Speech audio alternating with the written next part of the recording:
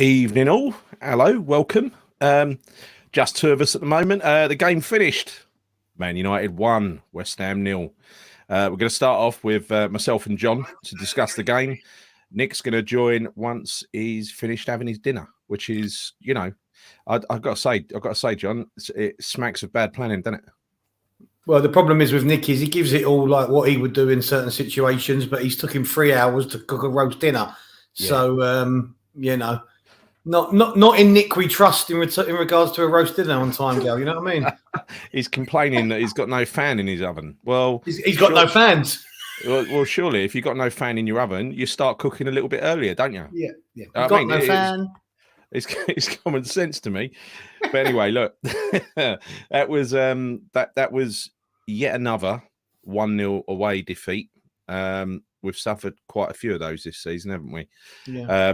And it was yet another game following the pattern of Liverpool where we came alive towards the end and nearly nicked something. So look, let's break it down. First of all, what did you think of the selection? I liked the starting lineup. I was surprised to see Bowen because I was led to believe he'd be struggling to make the game. So I was pleasantly surprised to see Bowen because, he's had a little bit of a run of form and then he's dipped a little again, but he's been a bit. But you're always keen to have him in the team. Good to see Downs again. Obviously, it was interesting to see where he'd play because there's that whole debate of playing him in a 10 role when he's a defensive midfielder, but that's another issue.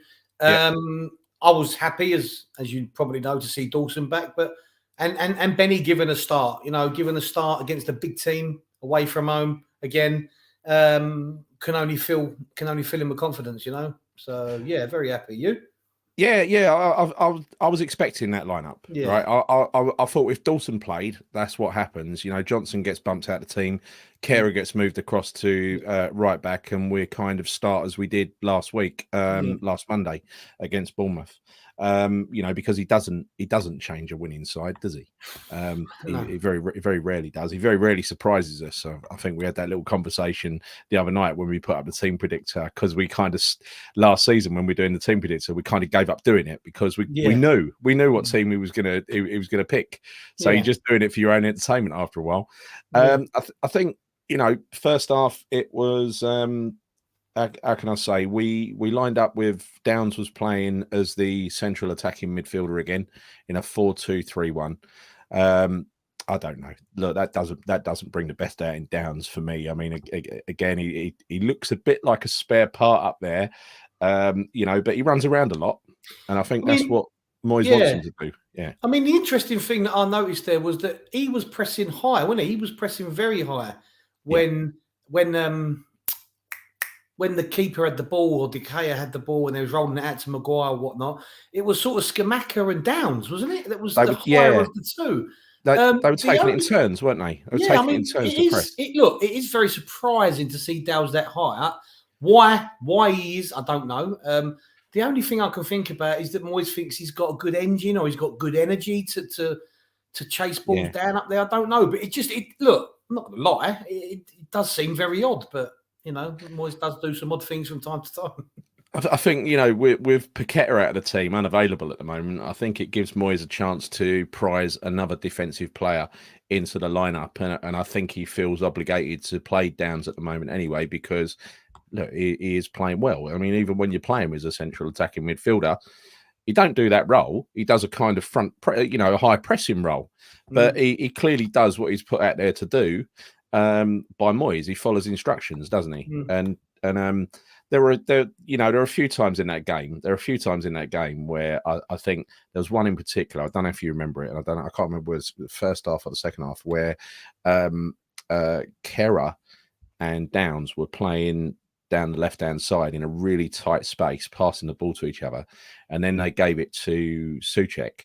And then Souček just completely lost control of the ball and give it away.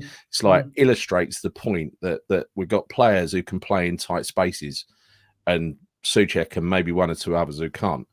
But what did you think of the first half? I mean, we seemed to be on the front foot early on, didn't we? We got forward a few times. Yeah. I mean, look, me and Nick have been going back and forth on WhatsApp since the game's ended, but because obviously you're in the group. But I, I agree. Right, there was no shots on target. I'm aware of all of this, right? But I don't think Man United were all over us. I don't think they were any better than us at all. I think we nullified a lot of their attacking threat, if I'm honest. I think, throughout the game, a lot of their players getting the mention were their defensive players, I felt. Like Dalot and the little Argentinian fella, I can't think of his name.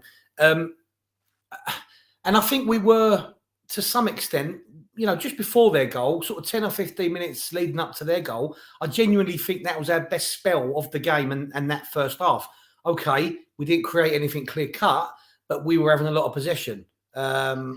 But ain't that the tactic? Ain't that the tactic from Moyes? He did it against Chelsea. He did it against Liverpool. Yeah. He's done it here today. He did it against Everton, where we lost 1-0 as well. To keep it really, really tight. Doesn't really throw players forward, because I think you have to.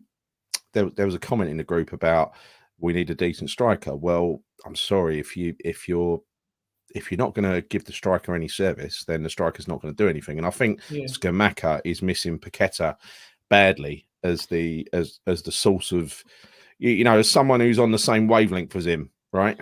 The only thing that baffles me is, I know Scamacca's got a great touch, and I know Scamacca's great on the floor with a ball at his feet. Yeah. The biggest bafflement for me is why we don't get a lot more crosses into the box. We seem devoid. I mean, and often when we do try and cross, especially from corners, we're hitting the first man. But what I mean is, even from open play, we have that opportunity to cross. And as good as Benny was today, he wasn't, and he overhit a few. But I thought Benny was really good today. I'm not slagging him off. Yeah. But Bowen, for example, why are we not putting crosses into the box when you've got a 6'5" target man up there? That baffles me. I don't get it. And I mean, look, I just want to fast forward to the second half a minute just to illustrate your point, because when Scamacca went off on 55 minutes, Antonio came on, almost immediately we put a cross in, and it was Souček who was running forward and almost on the end of it. Right? That was within a minute of Scamacca going off. So we hadn't done it all game. But then as soon as he went off, we decided to put a ball in. But anyway, going back to the first half, I think there was an early instance where Scamacca played Benny through, and Benny ran onto it. 2 minutes in, Yeah. He didn't show too much pace, or he didn't look confident, did he, Benny? That was always going to go nowhere. But what it seemed to me is, whenever one of the forward players, be it Benny or be it Scamacca, had the ball, all of the other players were deep. So when Benny had the ball, Scamacca was deep. When Scamacca had the ball, Benny was deep. We were getting nobody up to support. And you need to get forward in numbers against these teams, as we proved later on in the game, didn't we? Yeah. Look, I know what you're saying, but I do think, not that occasion, but I do think that when we did get into a lot of positions, we did make the wrong decision a lot. We did. Yeah. And people say, well, they didn't have support. It may be whatever, but my argument is we give the ball away too much, and we're far too wasteful. And we're going to obviously talk about the second half after, but genuinely, I think we must be one of the most wasteful teams in the league. I think we are, because the thing is, Gal, this is the thing, right?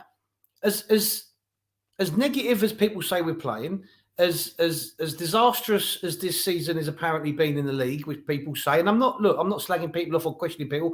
I'm just, I'm just echoing what people are saying, right? When you think about some of the games and some of the chances we've had and some of the misses we've had, we're playing that bad, but we're missing some absolute sitters, and we are. Yeah, you're right, but these, the way I see it anyway, especially in the first half of these games, those chances are sort of coming. They're sort of half chances coming against the run of play. I don't think we had proper chances until the end of that game. No, I'm probably talking the whole game overall, if I'm honest with you. Yeah, but I mean, it was two games for me. It was two games. It was the first 70 minutes and the last 20 minutes, or even the first 75 and the last 15. And I think going back to it, honestly, I can't get it out of my mind, because once you've heard it, you can't unhear it, and that is Antonio's podcast, where he said Moyes likes to, if they go 1-0 down, likes to not push, keep it at 1-0, so we're still in the game, and then really go for it in the last 15 minutes.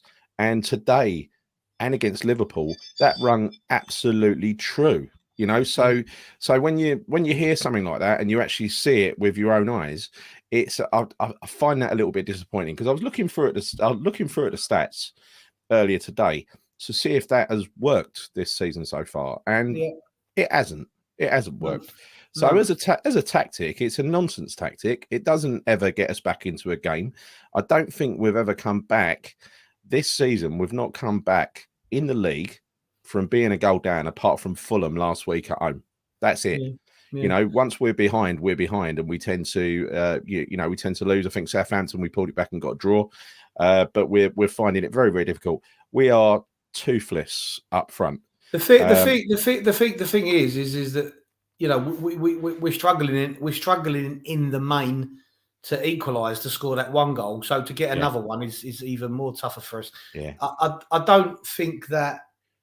Look, I want us to start on the front foot. As much as me and Nick are polar opposites, and we've repeated it's the same again, and you're not on the fence, but you're swaying one way more now. I think if we're honest, most of us would like us to take the game two teams. Yeah. But I genuinely look, someone in the comments, saying to me, you would like the lineup is negative. If that starting lineup today, if that's used in the right way, it's not as negative as you would see it on paper. If it's used in the right way. I see what you're saying, but it is negative because he's put Downs in a number 10 role. Yeah, I know. That's what I'm saying. If it's used in the right way, if the players are used in the right way, that's what I'm saying. I think had he started Fornals in his natural number 10 position, that would have been a different game. But then again, he's got a game plan going to these teams, and his game plan is clearly keep it tight, try not to concede more than one goal, and then try to go for it in the last 15 minutes. Now, I don't know if we're 0-0, he still tries to go for it in the last 15 minutes, or if that's a respect the point and try to defend the hell out of it. I don't know. But I find the approach just really frustrating. What did you think of the goal? What I thought of the goal was, I'll be honest with you, I felt Kehrer was weak in that situation. It was a fantastic cross. Rashford rose and met it brilliantly. It was a bullet header. But for me, Kehrer was just flat-footed, wasn't on his toes, wasn't available to get any. If you fast forward to the second half, when we was on the attack, we put in a wonderful cross. Antonio was just going to put it away, and the Man United defender Dalot, who's a right back, as Kehrer, got up and cleared it magnificently. And that's what Kehrer should have done. I know it's easier said than done sometimes, but I just felt he was bullied out of that a little bit. Yeah, I agree with that. He never left the ground, did he? He never left the ground. He completely lost sight of where Rashford was. Rashford got the jump on him, and at that point, it's all over.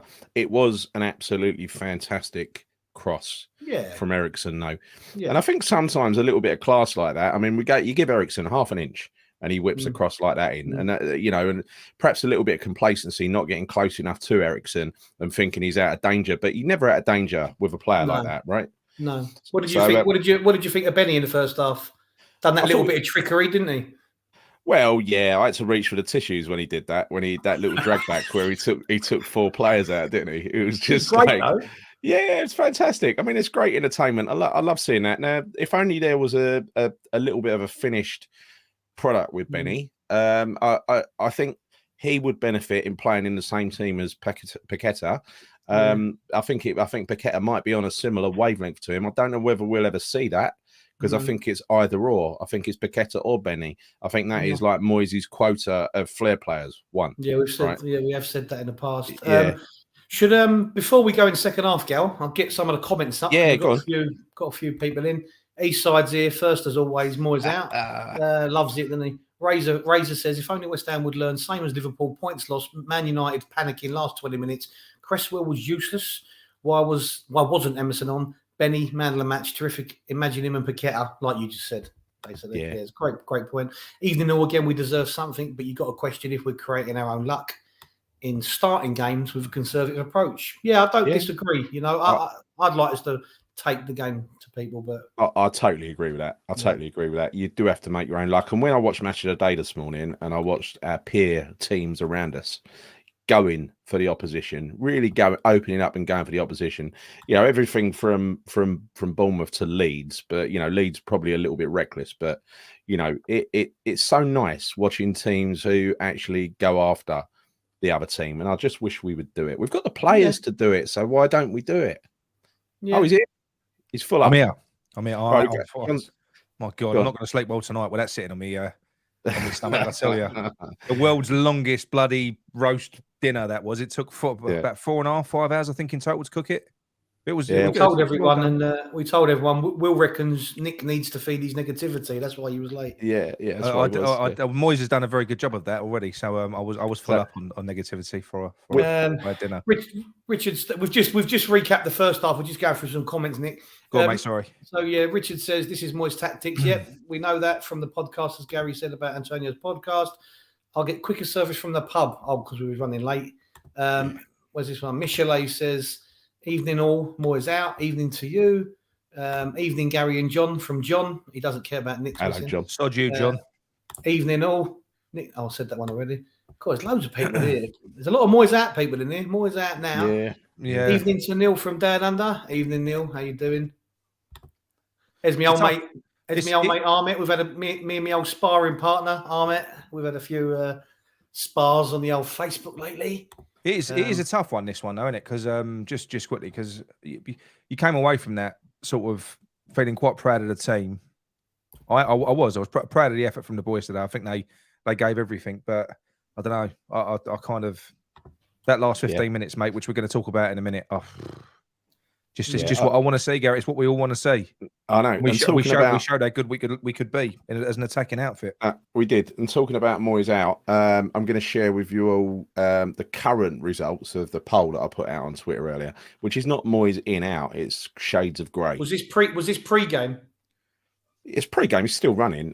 These results came in. They're pretty much the same. Maybe a slightly different to what they were pre-game, but only slightly. Yeah, another loss. We should have drawn or won if we'd attacked. Hammerhead's on me today, look, because apparently I'm a negative person. You would like that. You would like that starting lineup, John. It was a crap starting lineup. Too defensive again. Soucek should. I thought Soucek defensively done some good blocks. I know he gave the ball away on the ball. We started him off on the front foot so many times. Oh. No, I agree. I agree with that. But I know what you mean. I know you, but his block. I agree with you. His blocks. He made a block. He made a block from Ronaldo. I think after about 15 minutes, took it over the bar. I wonder what the ratio is of blocks with Soucek when he's fucking lost the ball in the first place and he goes back and has to go and recover it. Though. if you're that good to cover your own mistakes, you're a good player. Some would say. Not surprised. Nick's oven has no fan. You got no fan. Gary Wads says, "Evening, Gary and John. Hope you're not going to sugarcoat this. Simply not good enough from Moyes, and surely he cannot take us any further." We'll talk about that in a minute. We don't sugarcoat on this channel. Our passing was rushed and panicky. Yeah, I thought that. That's what I was getting at, right? I know we didn't have shots on target. We had a lot of the ball, and we was rushing it. And it was like a panic stations go. I felt a lot of the times. I thought it was making some sloppy mistakes. We do that, and that's the psychological thing. I think when you're playing, it can be sort of any sport. When you're playing against someone who you perceive to be much better than you, you tend to try to raise your game and try to do a little bit extra rather than just do what comes naturally. And I think that goes with West Ham. They waste so many chances and so many decent opportunities to cross against the better sides. They seem to rush what they're doing. Yeah, definitely. Ahmet says we are second from bottom in terms of points taken away from home. We need max points from next two home games, as we have a defeat against Arsenal, Emirates. So already, this is what I don't understand, though, right? People writing us off before games have even started. That's what is bugging me at the minute, right? I understand opinions, I respect opinions, but pre-game. Pre-lineup, John, did you think we was going to beat Man United today? You know what I'm like. I always go into the game full of optimism. I can't help it. But if you look different, I know. I'm not saying that, but you can't. When you look at, or let's not talk about Palace and Leicester at home, but going into Man United, where you look at the trend, where this was a 70th attempt from David Moyes to win one of the big four away from home, and he's never done 70th. It's the 70th. Yeah. 70th. He's never done it, John. He's never done it in his career. And the same goes for Liverpool last week. Did we really expect anything from that? I didn't. No, not at all. Well, I always go in full of hope. I'm sorry if that's well, not no. But that's I can't. Look, even if I think we're gonna lose, in my heart of hearts, I would never voice that opinion just because I don't like. Yeah, but listen, John. I can't help it. John, you're only going into you're only going into it the same mindset as the people who travel to all that distance. The people who travelled all that distance, maybe, right? Yeah. You wouldn't go up to Man United if you thought it was a nailed on defeat, would you? You know, that's you say that, Gary. Chris Miles travels to every game, and he thinks that we'll lose every game. He does actually. He does. He does. Chris don't seem to be bothered if we lose every game. No, I know. Chin, doesn't he? Samuel says, I thought Manchester United should be beating a dull drab defensive dinosaur. Fossil football manager David Moyes, West Ham United. Fossil football. Jesus Christ. People need to take off their rose tinted glasses. I'll do a few more and then we'll move on to the second half. I ain't got any rose tinted glasses. Man United were nothing. I want to pick up on this point because me and Nick was having this debate, Gal, and you probably saw it on WhatsApp, right? Yeah. Nick said, and he said it in his video, I think the one he did today, he said, Ten Hag has got Man United playing brilliantly. Nick said, when he watched them against Tottenham, they were brilliant, right? Now, we've gone there. So this is what I don't understand. We've gone there today, negative or not, first half. We've done a job on them. They haven't been brilliant, right? But instead of saying we nullified them to some extent, Nick goes, well, they were there for the taking. They were shit. No, I'm not saying that. Look, what I'm saying is the fact of the matter is David Moyes obviously did his homework because the way that Spurs set up typically is quite often the way that we set up. We sit with men behind the ball. Moyes didn't do that today. So he did do the opposite. But the personnel and the way we set up, I don't know. It was still to try and frustrate them, but to try and frustrate them in a different way. We was trying to retain them whilst not do anything with the ball. It was almost to try and just hold the ball. And we weren't camped behind. But like I say, Flynn Down's in the 10, Gary, right? Everyone says, oh, yeah, I see why he's done that. Press from the top. Yeah. Okay, Flynn Downs presses from the top. He wins the ball. Then what? Yeah. I get it. No, I said it was a strange thing. I've said it. I said it as well. I'm not saying any different to that, but I just try and look for reasons why he might do it. Eastside reckons I'm just full of excuses. But I'm going to say this now. It is starting to feel there are a faction of fans that are so. Fair enough. You might say I'm the other side. You're over negative. I probably am. But there is a faction of fans that are over positive and will not even consider thinking that David Moyes could do anything differently. Gordon, the way that we played that last 15 minutes, mate. The way we played that last 15 minutes, that is proof that we can be a good attacking outfit. We literally did that for the last 15 minutes of the game. We should not be doing. Man United shat themselves. And I can't get my head around. You know what the kind of what started that last 15 minutes was taking Downs off and bringing Fornals on right on 75 minutes, right? Yeah, I know. Because that is changing from a defensive to an attacking formation with just one player. You're putting somebody in their natural position. And so that is so it's therefore a deliberate ploy to play like that. It's and a deliberate ploy to play like that. I can't, you're in the Moyes out camp. I'm in the Moyes tolerate camp because I think it'll keep us up and we'll be all right. But but it is just tolerate. But I cannot get my head around not going after a game when you're 1-0 down, waiting until the last 15 minutes and trying not to concede a second goal. That is anti-football to me. Especially when you see, Gary, especially when you see how effective we are at attacking when we go. Yeah, I cannot agree. I will not agree with that approach. That is a shit approach. It is a shit approach, and it isn't to do. People get hung up on formations. Look, the selection was good today. We looked at that. We looked at the selections. It was fine.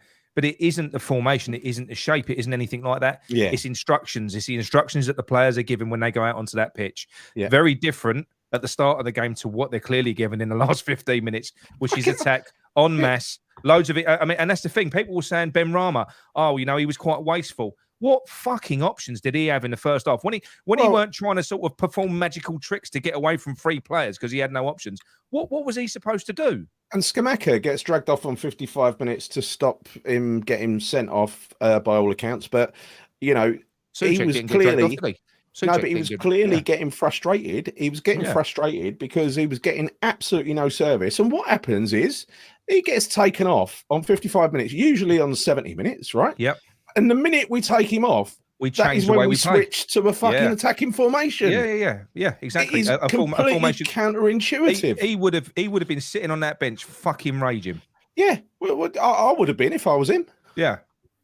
He's probably better off doing it the other way around if he's going to actually change it like that. He's probably better off starting Antonio. And bringing Scamacca on for 20 minutes if we're going to put more crosses in when the game's later on in the game, you know. But it is hard. This is one of those games where I don't want to be too harsh because I'm really proud of what the team did today, and I think that they were. I don't think they were helped. I think player for player, we saw in that last 15 minutes. I actually said it. You look at the array of talent they've got. They've got Eriksen. They've got Ronaldo. They've got fucking the other one. But they've got so many players. In that last 15 minutes, we eclipsed anything that they could produce in an attacking sense for the entire fucking game.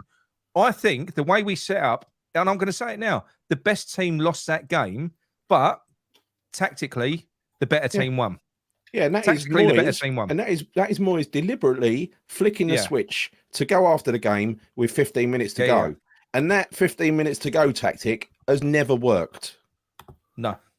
I don't remember us turning the game around in the last 15 minutes. Gary, it will work on occasion. It will. Every now and then. Well, it hasn't worked this season. Oh, no. But generally, that's how we play our games anyway. Yeah. It kind of is. So it's going to work in some games. But fuck it, I don't know. For me, I'm still that. All that did today, that last 15 minutes, which I'm really proud of with the players, all that did to me was demonstrate that I feel like I'm right. I feel like we can be the attacking team. I feel like we can be the attacking team that I want us to be. Yeah. Yeah, but it's too far gone, isn't it? Like I keep saying. Well, it is, yeah. With 15 minutes to go, it's 15 minutes to go. No. I'm talking about the whole Moyes thing. It's all gone, isn't it? Like what I'm saying is, it doesn't matter what he does now. The Moyes out people are Moyes out. He can't change many people's minds. Let's be honest, Nick. He could come out.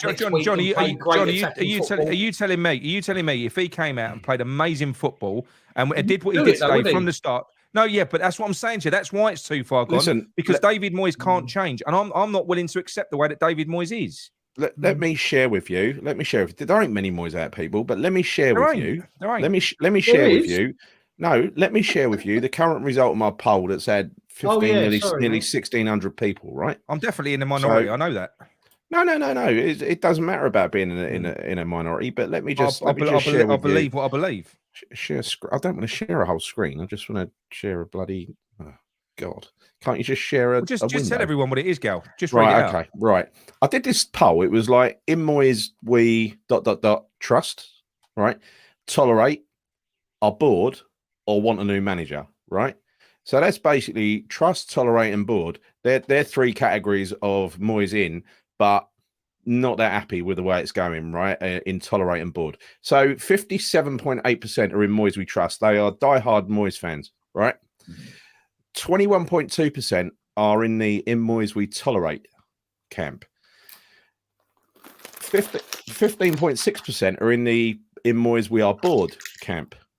And then finally, 5.4% want a new manager, right? So there's only a small percentage of Moyes out. The rest of us are looking at this in a pragmatic way, like David Moyes, and saying he must do better. I'll put myself in the tolerate camp, right?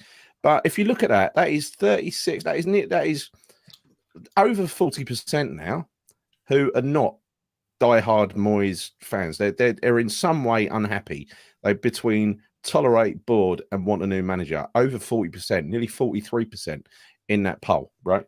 And that I think is quite reflective because Sean Whetstone did a poll, said Moyes in or Moyes out straight away, and it was a leading question. Yeah, but it was 90-10, right? But you kind of expect that. That. So what I'm saying is, Nick, you might be in that 5.4%, and there might be a lot of people in the chat who are in that 5.4%. But I think the vast majority are in a situation, me and probably John, where you just look at Moyes and you say, well, just do better. Just do better, for Christ's sake. Well, we should also give a mention to the polls that were run on the Claret and Booze community group as well. So look, very simply, I did do a Moyes in, Moyes out poll. and there were 264 votes.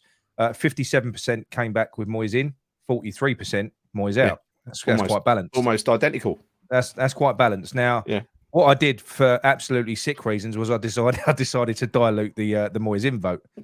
So what I did was to get results that you wanted. So what I did was so Moyes in, no explanation needed. In Moyes I trust. Moyes in, worried we won't get a better manager. Moyes in, not happy but want to give him time, and an option for on the fence. I can't make my mind up either way. Moyes in, the only 31% out of 209 votes were Moyes in Moyes I trust, which I was so relieved to see, because in Moyes I trust really just kind of makes my skin crawl. Moyes in, worried we won't get a better manager, 14%. Moyes in, not happy but want to give him time, 37%, which I understand. On the fence, can't make my mind up either way, 18%. Yeah, so I think, if you go back to my poll a minute, in 43% of people from 1,600, ain't a very big poll yet. We'll have an update in a couple of days. But from that many people, you've got to say is that representative of why the atmosphere in the ground is crap? Because people are largely a little bit uninspired by it. Yeah. I mean, I'll go along and I'll try and sing. I'll try. I mean, don't get me wrong. Today's game, the last 15 minutes, everyone would have been on their feet, because that for the last 15 minutes, that was kind of edge of your seat stuff. We rarely see that at home, so it was kind of it was good to see. We were really going for that today. Yeah, really going for it, and I kind of the players wanted it. The players really wanted that today. I felt gutted for them. So like I say, but it's just too little, too late. Did you see the interview with Declan on the pitch before the game? No. Mm-hmm. So he was interviewed on the pitch with the Sky Sports presenters and that, and they said to him, do you think we're just one big result away from turning the corner? And he said, yeah. He said, I think we've played well this season. I think we was unlucky against Liverpool. I know Nick don't like that phrase. Yeah.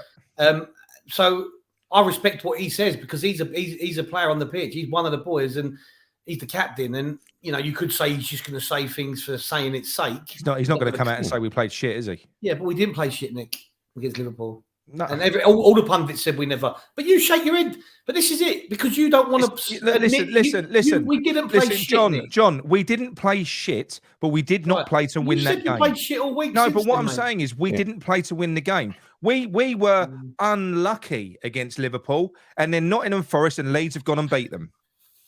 So how have they beat them? Nottingham Forest beat us, luckily.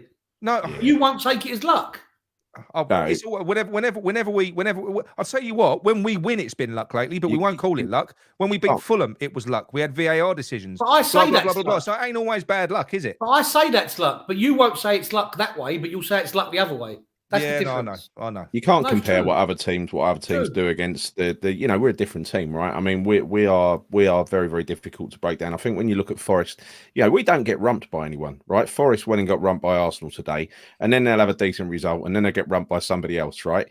Villa got dumped 4-0 yesterday, didn't they? All the teams down the bottom are getting thumped regularly. We're not getting thumped regularly.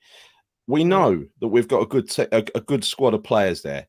If only he would be brave enough to use them. And I'm looking at Crystal Palace next week. I'm hoping that Paqueta comes back. I can't deny what Troy just said there. 100% I agree with that. Yeah. I do. Yeah. I don't disagree with that. That's what I said. I'm proud. I'm proud of the team today. I agree with this. I'm proud of the way we set up. I agree with this to some degree in reference to the home games, I'm sorry to say. Massively. No, that is quite a lot to. I mean, around my little area in the Bobby Moore Lower, it's regular people. We very rarely have different people there, and we do try and start off some singing at the back there. Very rarely catches on lately. I don't know why. We find about 20 of us singing and no one joins in. It's quite sad, really. Quite sad. I've got I'm not getting much love tonight. Look, Eastside's on me. John, Nick is right. Stop sugarcoating. Nigel's here, don't worry. Look, James Allen says Nick is bang on. Oh, hang on, Nigel. Hello, Nigel. Hey, John. Yeah. Listen, I've said it once. I've said it before, and Gary's the same. We just want him to be more proactive from the off. That's you want him to be I a different agree. manager. You want him to be a different manager, John. I want him to go after teams like he was doing when he had Lingard in the side, right? Do you remember when he had Lingard in the side? We were going after teams every week, right? Because he had a player, Gary, that he was too scared to tell him that he had to defend because he wanted him so bad. So he allowed him. He gave him a free rein to go and do what he wanted. What I'm saying is we can do it. And then you remember those European games last year because it was a bit crap after December, right? We remember that, right? But in some of those European games, we really went after those teams. He can do it. He can go after teams. But I want to see him go after teams. I don't want to. I can't stomach the negative nonsense, and I can't. Today we're coming out of that feeling unlucky, just the same as we did with Liverpool. I'm sick of feeling unlucky after games. Well, we were unlucky. We could have got something from that game. De Gea pulled off some great saves, but when you leave it to the last 15 minutes, your margin for error is fucking tiny. Why leave it 15 minutes? Why? Why could we not do what we did in the last 15 minutes for half an hour? Push the boat out, Moyes. Go do it for half hour. I'm never going to agree with that, right? I'll tell you what, you people in the chat, this goes to the people who are saying Moyes got everything right, and there ain't many. No, there ain't many, right? I wouldn't imagine. People in the chat, if you think Moyes got everything right today, can you tell me whether or not you absolutely agree with not bothering going after a game until the last 15 minutes? Because that is the tactic. Do you agree with that? No, but I don't even agree with that. And people say I'm a Moyes lover. I'm just trying to figure out. You love Moyes. I'm trying to figure out who. Nick, I don't, mate. Listen. I'm trying to figure out, John, who does agree with that, because I don't think there's many people who do agree with that. I don't look. I agree on one hand in so much as when you see the attacking prowess the last 25 minutes or whatever, you do think, why didn't we do it earlier? Of course, I thought that, but in the same breath, I do not think in any stretch of the imagination that we were at any point out of that game. We were in that game throughout the whole game. I don't think they were better than us at all. And I think that is a little bit down to the way we played against them. We nullified their attacking threat. Ronaldo did nothing. Ericsson, apart from the cross, didn't do a lot. Their attacking players were... But John, we could have done what we did. I know. With a slight change of personnel. We could have done what we did with a slightly different way of thinking. I'm not saying you have to go gung ho. I don't think that we went gung ho in the last 15 minutes because Moyes doesn't do that. We did a little bit. I don't think Moyes does that. I personally think it's just it's a controlled level of attacking, and it was. And you know what? They could not cope with it. They couldn't cope with it. Yeah. I mean, look, Nigel. See, look, this is the thing here, right? And this is where I think sometimes because so Nigel said we attacked better with Antonio, as if to say Antonio coming on and Scamacca going off swung the game. That is not what happened. What happened was the tactics shifted, Nigel. We started getting bodies forward, and then we had a situation where Scamacca, who had just run his arse off for no reward for God knows how many minutes, he switched it around, and then all of a sudden Antonio's come on. They're playing in a shape and scenario that would have suited Scamacca. In any case, Antonio came on the 55th minute. We didn't really step it up until the 75th minute, which is when Fornals came on. Yeah. No, Fornals did well when he came on. I got to say, hang on a minute, someone's called me fucking Scooby Doo.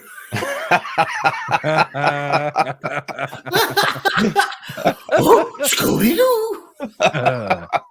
Apparently, I've got Moyes. He's got a load of fucking Scooby snacks there, hasn't he? You've ruined my Christmas present. My missus is getting me them for Christmas. How dare you?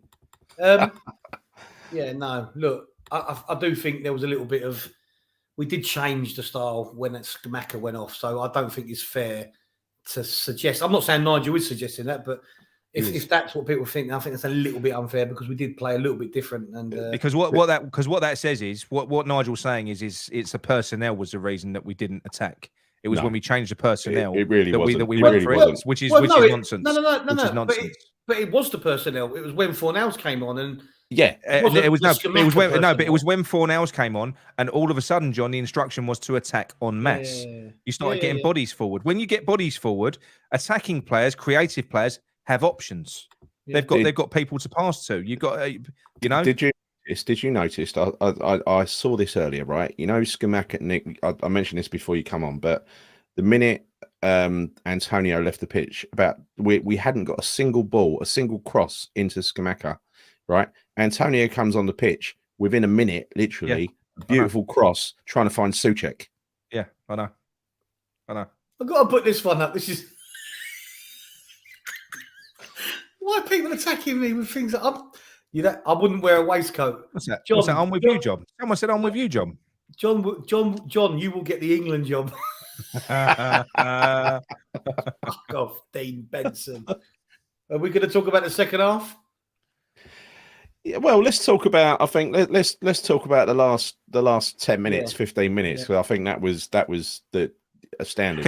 Keep it civil in the chat, please, guys. Don't dig each other out. Yeah, let's not fall out over West Ham. Let's have a chat about West Ham. Let us fall out on screen. Don't you lot fall out? That's fine. Exactly. That's so look, I mean, there was some great chances created and some great saves. I mean, the header from Zuma from a Cresswell cross, that was absolutely, another couple of inches upwards. I don't think De Gea gets to it. Yeah, beautiful header. It was a great save, strong hand from De Gea. And then the other one that I really liked was when Rice levered it. Yeah, and it was going into the top right hand corner, and again the best chance, Gary, was where Fornell sort of slalomed through on the right hand side and put it on the plate for Bowen. That was kind of 6 yards out, wasn't it? I think I know it probably might not have been easy, but I think Bowen probably should have done better with that. To be honest, he should have. It was going in. It was going in the same way that Skamaka's chance was going in the first half. Do you remember? Yeah. But yes, we are going to be doing the phone in. Let us get through the match review. We'll quickly we'll whiz through player ratings. We won't spend too much time on it, and you're going to get Doddsy on. You're going to get Doddsy on first. Yeah. And we're going to get Doddsy on. So if any of you need translator, download your pirate now. There is a subtitles button that you can click. We're going to have subtitles. We're going to have a subtitle. Yeah. Go on. Second half was brilliant. Last 25 was exceptionally brilliant. It was good. Edge of my seat stuff, It was like it was a bit like the old days in so much as every time we attacked, we looked menacing. Just goes to show you. But it just goes to show you what we could be. It's got fuck all to do with transitioning. It's got fuck all to do with gel. It's got everything to do with the way that we're being set up. Man U were shitting themselves at the end of that game. They were. We were all over them. Ten Hag was like chewing his nails on the sidelines. He didn't know what to do. There was some great individual defending from Man U because there were a couple of other chances that were created as well. But at the same time, I think it's largely to do with the keeper and some bad finishing from us. That's the reason we took nothing from that game. Yep. No. How about Antonio's shot from distance as well? That was lethal. That was good. That was a decent shot. That was a good effort. That was a good effort. It was. Yeah. We was unlucky in the end. I know Nick don't like the phrase, but we was unlucky in the end. Oh no, I said we was unlucky. But John, too little, too late. If we'd have done that for 30 minutes rather than 15, we would have scored. Yeah, but we would have. You don't know that. Simple as that. The goal was coming. We just needed more time.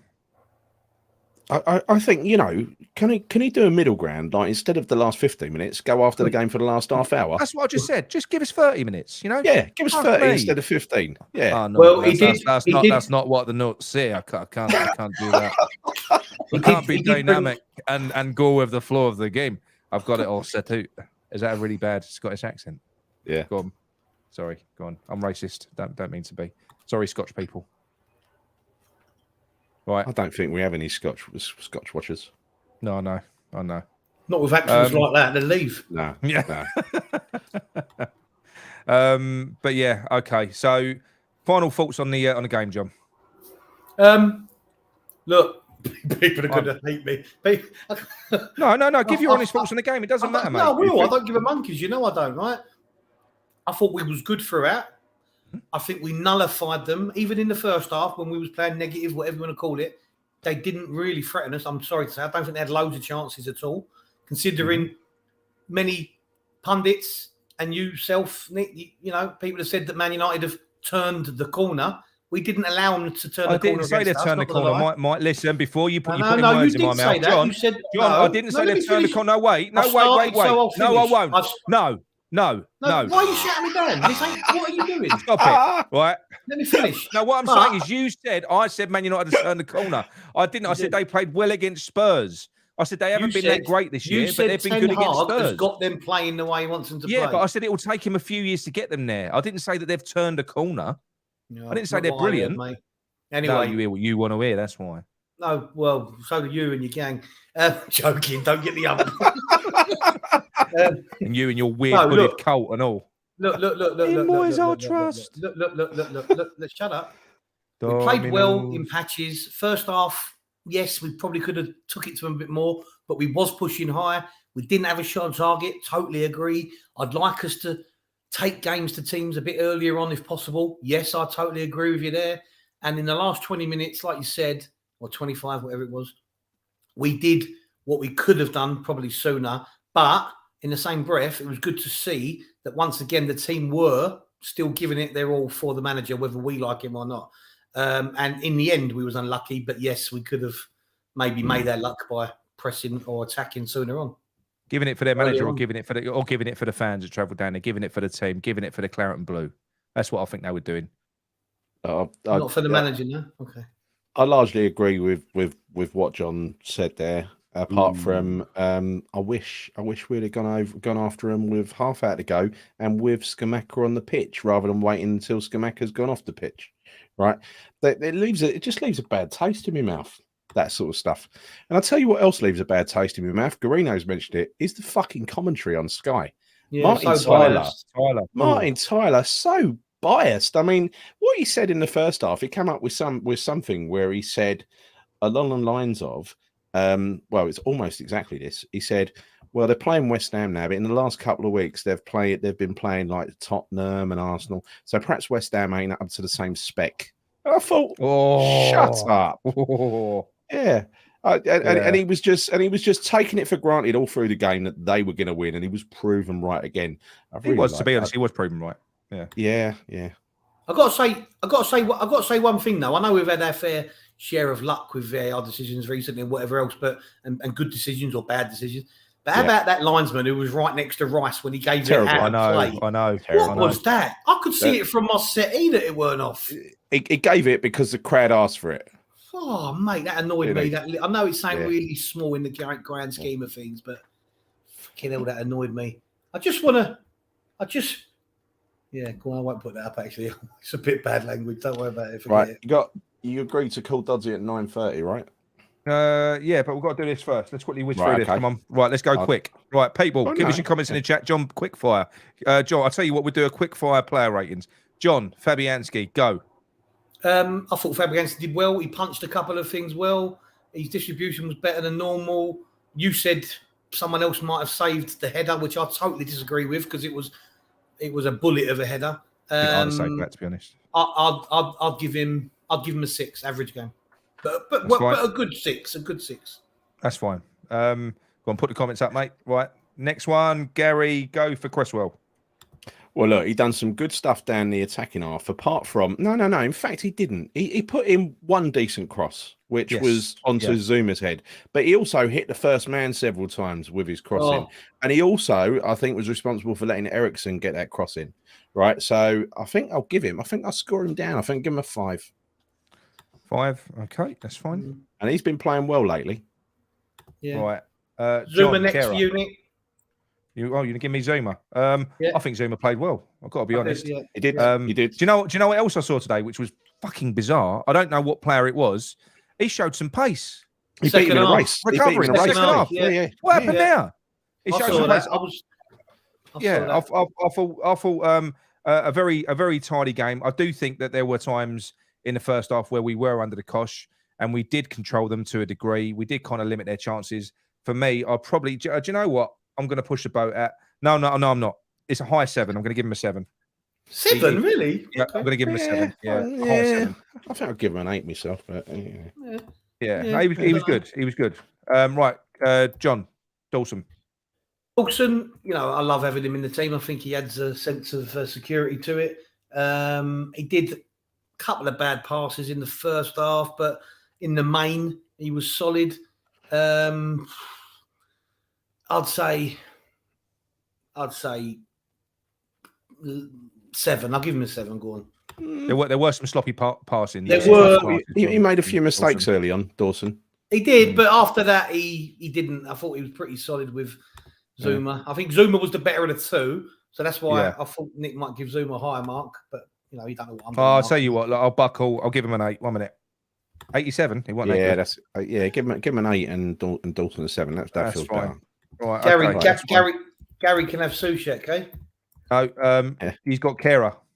Kera, apologies. Kera's going to get marked down 1 point for that goal. I blame him. Rashford had a run on him, though, Gary. He did have a run. Yeah, no, but he was caught totally flat-footed and didn't see him coming, did he? Didn't see him coming. Should have been aware. Wasn't aware. Great cross. No two ways about it. I thought, other than that, he had a very, very good game, but he loses a mark, so he gets a 6. Did you see that run he made in the first half? Brilliant, absolutely brilliant. Honestly, that was something I hadn't seen from him before. That was the best attack from the first half. It was just even Bowen was surprised. He was so surprised. He stood there 5 yards offside. It wasn't that far offside. It fucking was. Right. Okay. Thomas Soucek. What's the fucking point? 6. Fuck off. Move on. Right. Right, Rice, go on, John. Go with Rice. Go on. Rice was superb again, all over the park. He kept what's the geezer with the middle's name? Casemiro. Yeah. He I'm changing it down. I can't cope with it. 5. Go on. Go on, mate. He put the shackles on Casemiro. I thought Rice was exceptional. When he hit that shot, I was thinking, oh no, here we go, Rosed. I'd say Rice I thought he was unbelievable today. Yeah, I'd say Rice for me would get a high 8.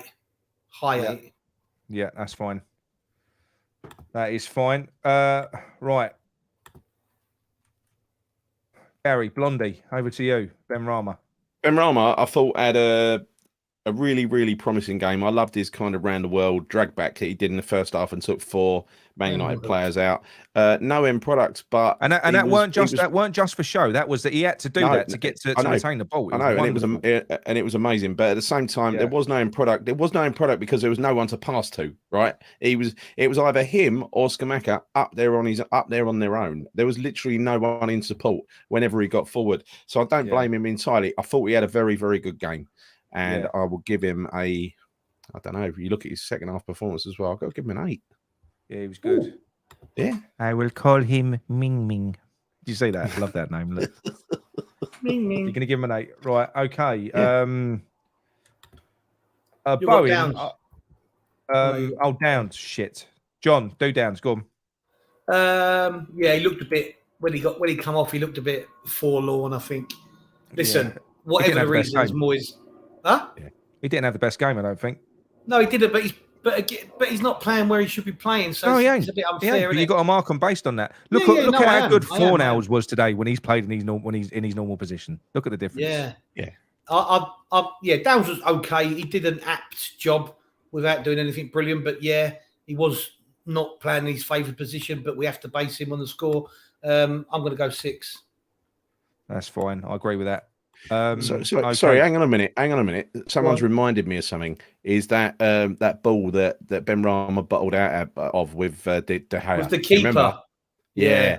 I'll give him a 7. Give him a 7. Knock him down 1. He did bottle out with the Gea challenge. I'm not being funny. That's the sort of thing though where you're gonna get a red card with something like that if you're going for that sort of challenge. No. He had every right to go for that. He had every right to go for that. 50-50. Yeah. Right. Okay. That's fine. Spotted Gal, whoever's brought it up to you. Right, Bowen. I thought he was bang average. I don't think he had a good game at all. I think he didn't bother Luke Shaw. He did a couple of things like he invited a foul, which probably against anyone other than Man United from Maguire on the edge of the box that might have been given. But I didn't think he played well. I thought he was largely anonymous, to be honest. Today he had a great chance to put it away. I know you said it was on target, Gary, but it was a soft effort. So for me, I would probably go. I'd go an average. I wouldn't go lower than a 6, but no. He was busy. He was busy. Yeah, I know, but Soucek's busy. I know. We want more. We need more from players, especially in this final third. Right. Okay. Skamakaveni, the one who he's the reason we were shit, basically. So It was only when Antonio came on that the game swung. So go on, John. You're biting. Listen, I thought he really done a job with Rice actually in the first half in standing up to Man U and smashing into a few of them. He wasn't doing the sit up front and wait for the ball sort of lone striker role. He was coming back deep and doing the dirty work as well. But at the same time, he didn't do anything spectacular. I'll give him an average 6. Give him a 6. Nigel's called him Shahala. Shahala, yeah. Shahala. Okay. Right, we'll do Areola next. See now, I'll tell you, I'll do him. I thought the difference was night and day. Yeah, he didn't have many shots to stop, but there's a big reason why. He's the accuracy of this guy's passing from the back, and how comfortable the back line were with feeding the ball back to him as well. A couple of the times we passed the ball back quite robustly to him. Yeah. I thought, oh fuck! But then I realised it was Areola in goal, and all's fine. And he just took it down, didn't he? Calmly with his feet. Yeah, just took it down. So for me, I think for the time that he was on, he was instrumental in pushing us further up the pitch because he gets the ball quick. He gets you on the front foot quick. He sees a pass. I'm giving him a 7. Areola. I agree with that. I think he was far better than Fabianski in the first half. John, the man who completely changed all of our fortunes when he came on, Antonio, over to you. I think Antonio did a decent job. He hustled and bustled. He used his strength on a few occasions. He had that fantastic effort from outside the box that De Gea turned over. Yeah, look, again, when he came on the 55th minute, I was praying that he would have been playing with Skamakaveni, as was my boy. So when you're chasing a game 2 up top, I just can't see why you wouldn't. But so I'll give him, an average 6, but he did well. Nigel's giving him a 10. I'll give him a 6, not because he had a bad game, just because it was half a game, and I think he did well. Yeah, he did. No, he did. I thought he did well when he came on. Absolutely, he did. Better than the other night. I don't buy the fact that Antonio coming on. That was what resulted in the last 15 minutes. So no, better than he played the other night and when he came on against Bournemouth. This guy made a massive, massive difference. But again, it did coincide with a change in attacking ethos when he came on. Yeah. But he was fantastic. I don't think there was a flick, trick, pass that went astray. He's run down the right-hand side. I thought he was fucking brilliant when he came on for. Now, a different player that looked like he was sent on unshackled. Do you know? Because he was. Yeah. He was sent on not to do defensive duties. He was sent on. Moyes' instructions must have been get out there, make something happen. Yeah, he's still got it, right? He's still got it. When he's allowed to do it, he's still got it. Yeah. Yeah. What do you reckon, Gary? He was very good. Oh, I'll give him a 7. 7. Yeah, no, he was good. Right, man of the match, people. Let us know your man of the match. And I'm going to let Gary talk about Moyes because I'm fucking bored talking about him. Go on, Gary. Look, again, a pragmatic selection where Moyes did what Moyes does and tried to keep the score down. And then, following his own tactics and his own rules, decided to go for it 15 minutes from the end. Decided to give no service to our striker until the striker went off the pitch. So I'm going to give him a 5. You're going to give him a 5? Yeah, that's fine. I would agree with that. He's responsible for picking the players and picking the formation and picking the approach, and I didn't agree with any of them. Yeah, I'm surprised. There's a lot for Zuma for man of the match in there. So you know what? He did have a very good game there. Very good game. He did have a very good game. No, that's all right. He was fairly solid. Yeah. Yeah, I think I was selling him short. I was selling him short then with that rating. He did. Even the tracking back today, like you said, he was chasing back, which is quite unusual for Zuma because he usually looks like a lame horse, doesn't he? Look, because he walks with a limp. So where did that pace come from? Is that just the way he walks? Did he just walk like he's injured? Is it just to lure people? It's the old. I think he just does the old Mickey Flanagan limp drag walk. Right, yeah. The old 70s limp drag. Yeah. Take that thing off. I lost my head. Yeah. Right. Okay. Let me put the let me connect it first. So it's all done and all. We're gonna do the phone calls in a minute, people. Do you want to get it right? Get it right this time, Nick. Get it right this time. We're gonna. Yeah, I know what the issue was yesterday. We're gonna phone Dodsey first, and then we're gonna open the phone line. So if a few of you want to come on and tell me about my David Moyes pajamas, or Gary's the better looking brother out of him and Nick, whatever you want to talk about, more than welcome. That's it. Or Nick's a knobhead. That's usually a conversation. Right, we got Dodsey on the line. Hello, ring Jeffro. Is it Dodsey? Are you all right? Hello, Dodsey. You're right, Dodsey. I just thought my way back to Thermothere. I'm going back to Thermothere. Just so you know, people, if you don't know who Dodsey is, Dodsey lives down in. Where does he live? Somerset? No, Cornwall. Yeah. Where does he live? Cornwall. Is it Cornwall or Somerset? He lives somewhere down the south. They eat carrots. They definitely eat carrots. Where's Dodsey live, Nige? He follows West Ham home and away over in Europe. He goes every single game, and he still manages. Hello, Dodsey. You're right. It's Nick. We can't hear him, Nick. Nick, we can't. All right, mate. Here we go. The subtitles are on, mate. You're good to go. Cheers, mate. Here we go. Dodsey, go on then. Talk to us. Hello, my friend. Well, first off, Nick, I'm not going to be feeding you a shit sandwich as per our WhatsApp chat last night. So that's the first thing I'll get out of the way. So I have to eat a little bit of humble pie.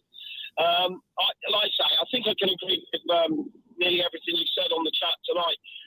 One thing I want to say hasn't been mentioned, that the West Ham away fans tonight were fucking brilliant. Yeah, they were loud, proud, and they got behind the team. So and it has been a little bit quiet, obviously, at home, but even away, it's been a little bit. But tonight, we did ourselves proud. Brilliant. I agree with everything you said.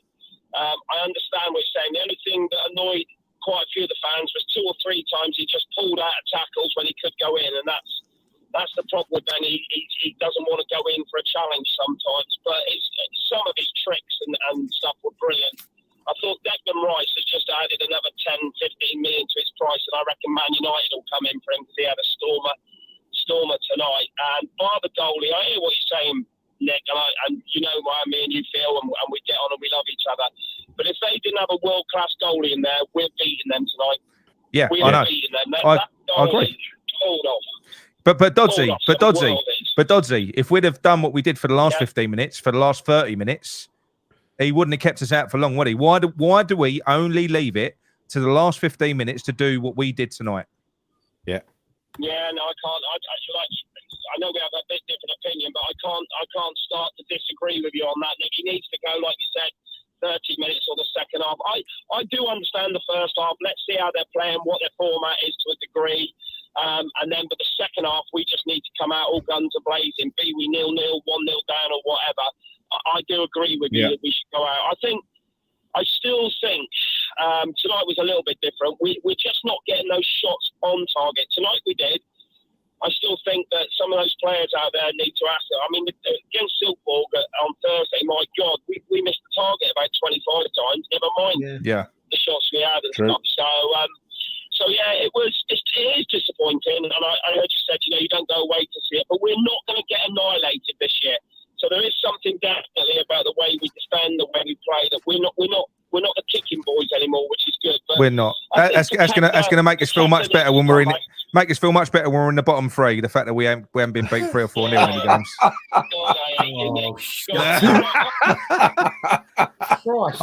Imagine if we'd have got beat 3-0 at Man U. Could you imagine how bad that would have been? God, blimey.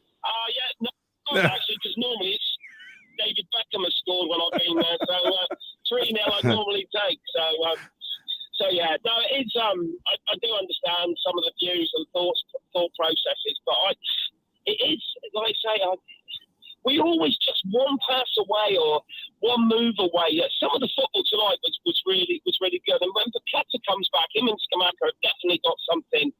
I just wonder how we play Scamacca, because the problem for Scamacca is he wants to run onto the ball onto him, if you know what I mean. That's what he thrives on. And these teams just sit so deep in the Premiership compared to Italy and everything like that. They do sit so deep and just defend in 2 blocks and everything like that. I think he struggles. He's a hell of a player, Scamacca. I think it was right to take him off, boys. I know you said not to, he was going to get sent off. He wanted to kill people out there. You could see it. Yeah. He was on for it tonight. So, I was just typing earlier on sorry. our group. I was typing, he's going to get a second yellow card, and I looked up. He's just studded a player in the head in the box, and he got. Yeah, he was. But anyway, trouble. Dodgy. Final thoughts on the game. Come on, we do value your opinion, mate. Of course, we do. You literally follow West Ham everywhere, mate. So come on, platform's yours. Let us know your final verdict on the game. Are you a happy hammer? No, because we've lost, and I've got to play golf with someone who supports Man United tomorrow. So no, I'm not happy. I thought that to a man, every single player played their heart out tonight and gave everything that they could, be it for the fans, be it for each other. And I understand maybe not for Moyes, but they gave everything, and they like I said, bar that goalkeeper, I do believe we would have easily won that. I spoke to my friend on the way home, and he said, and he agreed with what we were saying, our end product is poor. He thought Rama was class, he thought Declan Rice was class, and he thought it was 50-50, and over they put the ball in the net. That was the only difference between the two teams. Now, let's be honest, Man United are back on a roll. They're back on a roll, and they are playing well until we've turned up. So until we've turned up, that's what I was saying. We've kept them at bay. Yeah. That's what Dodsey, can I ask you one question? Yeah. When I don't know if it was me, but when Scamacca got taken off, was there booing from the West Ham fans? Yes, there was. Yeah, there was. Yeah, they weren't happy. Yeah, I thought it was. Yeah, they weren't happy. They want Antonio. I say they want Antonio and Scamacca to play together. And like you guys, I don't think that would work. I think Antonio can go on the wing. I think Bowen is riding his luck, and that's not behind Bowen's done us really proud. But I think there's something that says Antonio can go on the wing and Scamacca can play up front, so they're both on the same pitch and can interchange a little bit. Is it quite horrible, Dodgy, that earlier on when the rumours that Bowen was going to be out? I'm not saying I was rubbing my hands together, but I was looking forward to Antonio playing on the right hand side. I was, because I don't think Bowen just hasn't been on it this year at all. Not at all. Yeah. No, not at all. No, he hasn't. I've got to say, look, last year he was definitely, one of the best players, in the UK. There's no two ways about it. But this year he's been poor. And I don't know what it is, like I say, because it's not really a change of how we want him to play. So that can't be the reason.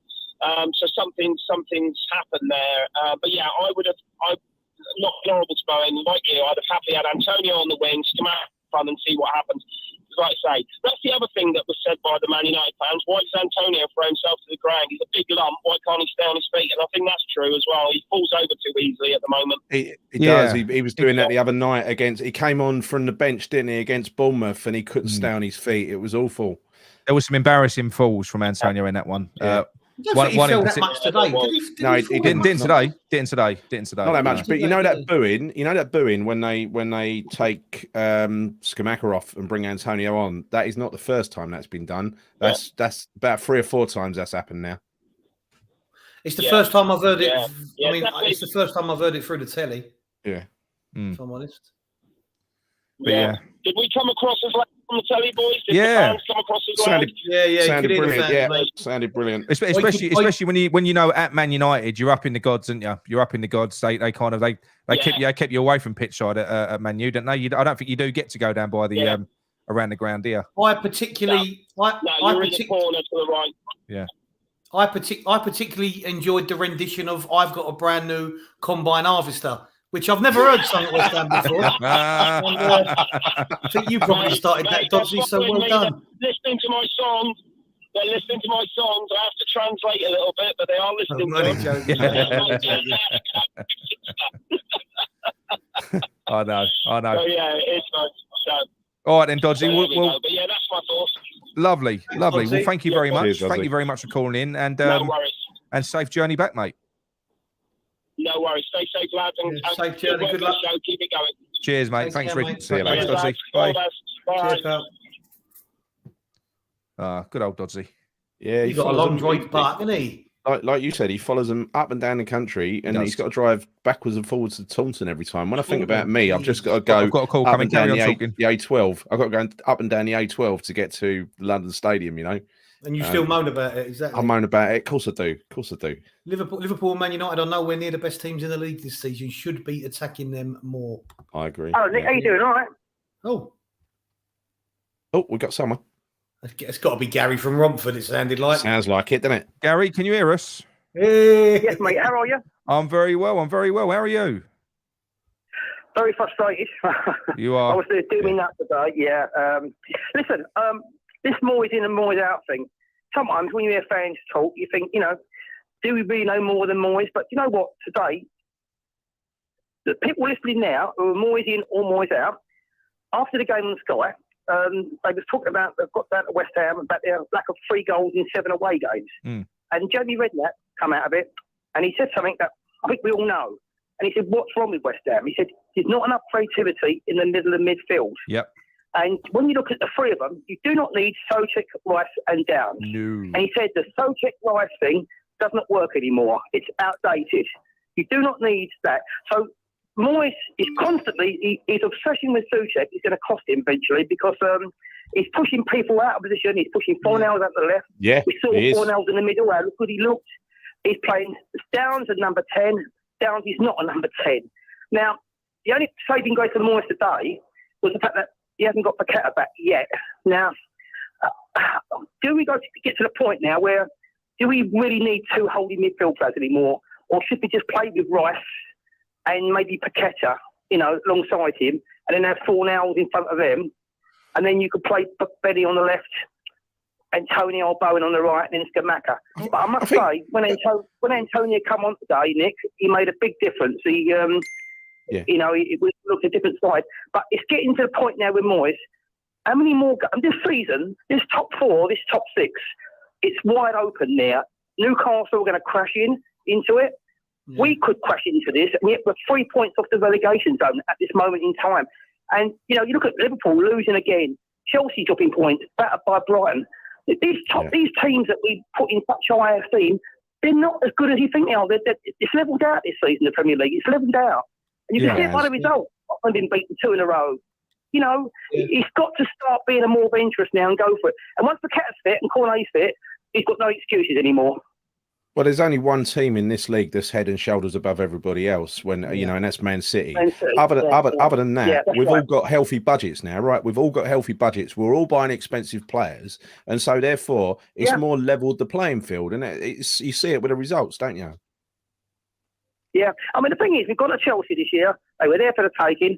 Liverpool were there for the taking, and Man United were there for the taking. Yeah, and you can see he done the same thing. Ten Hag as Klopp. Last 20, 30 minutes, started panic when we started coming on, started throwing on midfield players and just holding out for the hanging on to the 1-0 lead. But I'm getting sick and tired now of, and I'm trying to be rational about it, but I'm getting sick and tired of the same old thing. Every time we go one of these so-called top 6 sides, leaving it to the last 15, 20 minutes. But what you say, we should have gone for that a lot earlier. Yeah. I agree. And do you know your point about the 2 defensive midfielders? I think you're right to a degree, but then I don't know, because I think the issue is, I'll tell you what's outdated. What's outdated is Souček, is having somebody that can only block in the team.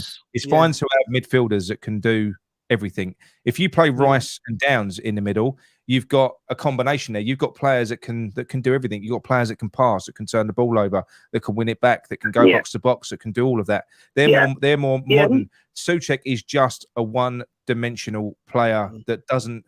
And like I say, it's almost getting embarrassing now, because I just think it's so obvious. It's so obvious, and like I say, Downs has been so good that he's basically being shoehorned into that team in the wrong position, because Moyes just can't bring himself to drop his mate Souček. Not Souček. Same as Fornals. Same as Fornals. Stuck out the left. And the thing is also, I thought the Kehrer defending in the first goal was dreadful. For a guy that, he had a good game, but he's that far post ball. I know he had a run on him, but he didn't even get off the ground. It's ridiculous. We said I think it was a lack of awareness. I don't think he saw him coming, did he? No, he was surprised that he was there. He was literally surprised he was there. Yeah, Nick, the problem is now, though, when Paqueta comes back, we've got a problem. It's the formation. Now, I've listened to someone, a European football writer, when Paqueta plays for Brazil, his best position for Brazil, he plays on the right-hand side of a three. So you could play Paqueta, Rice and Downs and then pick your three forwards. Whoever that want to be, whether you're going to play Antonio on the right, Scamacca, Ben Rama, whatever you want to do, that is an option. But I do think you're right with Souček. I think we've outgrown him now. And I don't want to pick on players, but it is so obvious. And Moyes has got to some point back down now and think, well, you know what? I've got to change this because we can all see it. I think you've got to. I think we've all got to move away from Souček now because I don't think it's fair on us to keep on having a go and repeating ourselves over. I'm the world's worst over and over again and having a go at this player. I'm not being funny. This is now Moyes. The fact that Souček is in this team, it isn't down to Souček. It's not Souček's fault. This is a Moyes-ism. Yeah. Can I ask you a question? Can I ask you a question? The booing today when he took Scamacca off. Now, the reason he took Scamacca off, I think, was because he'd already been booked and he went for a second challenge very high. And they said one more and he'd be gone. Yeah, he did look like he was going to lose. Yeah. Would you have taken a gamble on that and played with Antonio? Or would you? The problem is, Gary. Like I said to Nick, I think Nigel said it, and then I agreed. He took Scamacca off because Scamacca looked like he was going to get sent off at any moment, right? Nick said, by that logic, Souček should have been taken off because he'd been booked as well. On 70 minutes. The thing is, Nick, the thing is, we can't afford to lose a striker because then we're down to one again. So if we would have allowed that to materialise, he did look like he was going to lose it, Nick. He did. Yeah. He did, mate. If he got... I'm not surprised he's going to fucking lose it because I said this to you in the week. The guy, I know you're saying he's passionate and this is just him. No, the guy is starting to look annoyed, frustrated and pissed off, and he's going to be. And with the way that we played today, Gary, Gary, my brother, pointed out earlier on, the way that you had him up front in the period of the game where we were creating the grand total of fuck all. We had literally for 60 minutes not no shots on target. We had no shots on goal, none. We had a couple of block shots from distance. That's all we had. We took him off, brought Antonio on. We started to change the way that we played. Then we brought Fornals on. I know. And that for me, Scamacca is going to be looking at that from the bench, going, "Are you taking the piss?" Yeah, he will. I agree with you. If it had been Scamacca been on that last 20 minutes, with him crosses coming in, that's what he wants, And but this all comes down to Moyes' selection, and it's got to be honest. These teams that Chelsea's, the Liverpool's, the Tottenham's, they're a good side, but like you said, Man City are apart. These other teams, we lose 1-0 at Liverpool. In between beating us, they've lost at Forest and they've lost at home to Leeds. We've seen Chelsea have gone there, they've been battered by Brighton 4-1. We've seen Tottenham lose 2 games in a row, nearly lost 3 yesterday. He's got to get out of his head more. These teams, they're there. The points are there to be taken. We've got to start having this inferiority complex and start going for teams. We've got a good team. You saw in that last 15 minutes, right? In that last 15 minutes, we're facing a team that have got Ronaldo, Fernandes, Eriksen, all these players, right? Now, in 15 minutes, with the players that we've got, when we went at them, we created more in 15 minutes than they created in the entire game. We terrorised them, absolutely terrified them.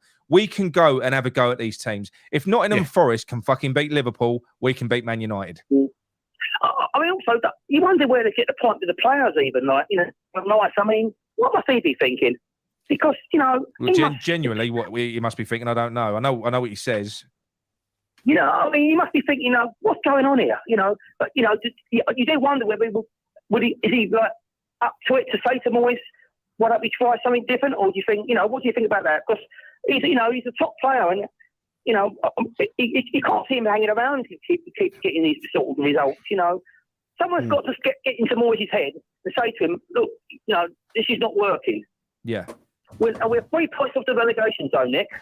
Yeah, but 3 points off the relegation zone. Do you think this goes back to John done a video on it, right? Do you think this goes back to I think that we might have arrived in a situation now where David Moyes has no one that maybe he respects in that lineup because in his coaching staff, in the backroom staff, because at the start when he had all of those characters, we were doing different things. We were dynamic. We were good. We were kind of adapting and reacting to games.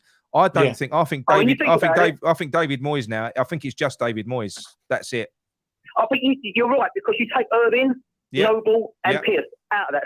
That's three big people that he probably chatted with and discussed things. And I think that is part of it. He's got no one really sort of pulling into one side. Didn't we have McKinley as well?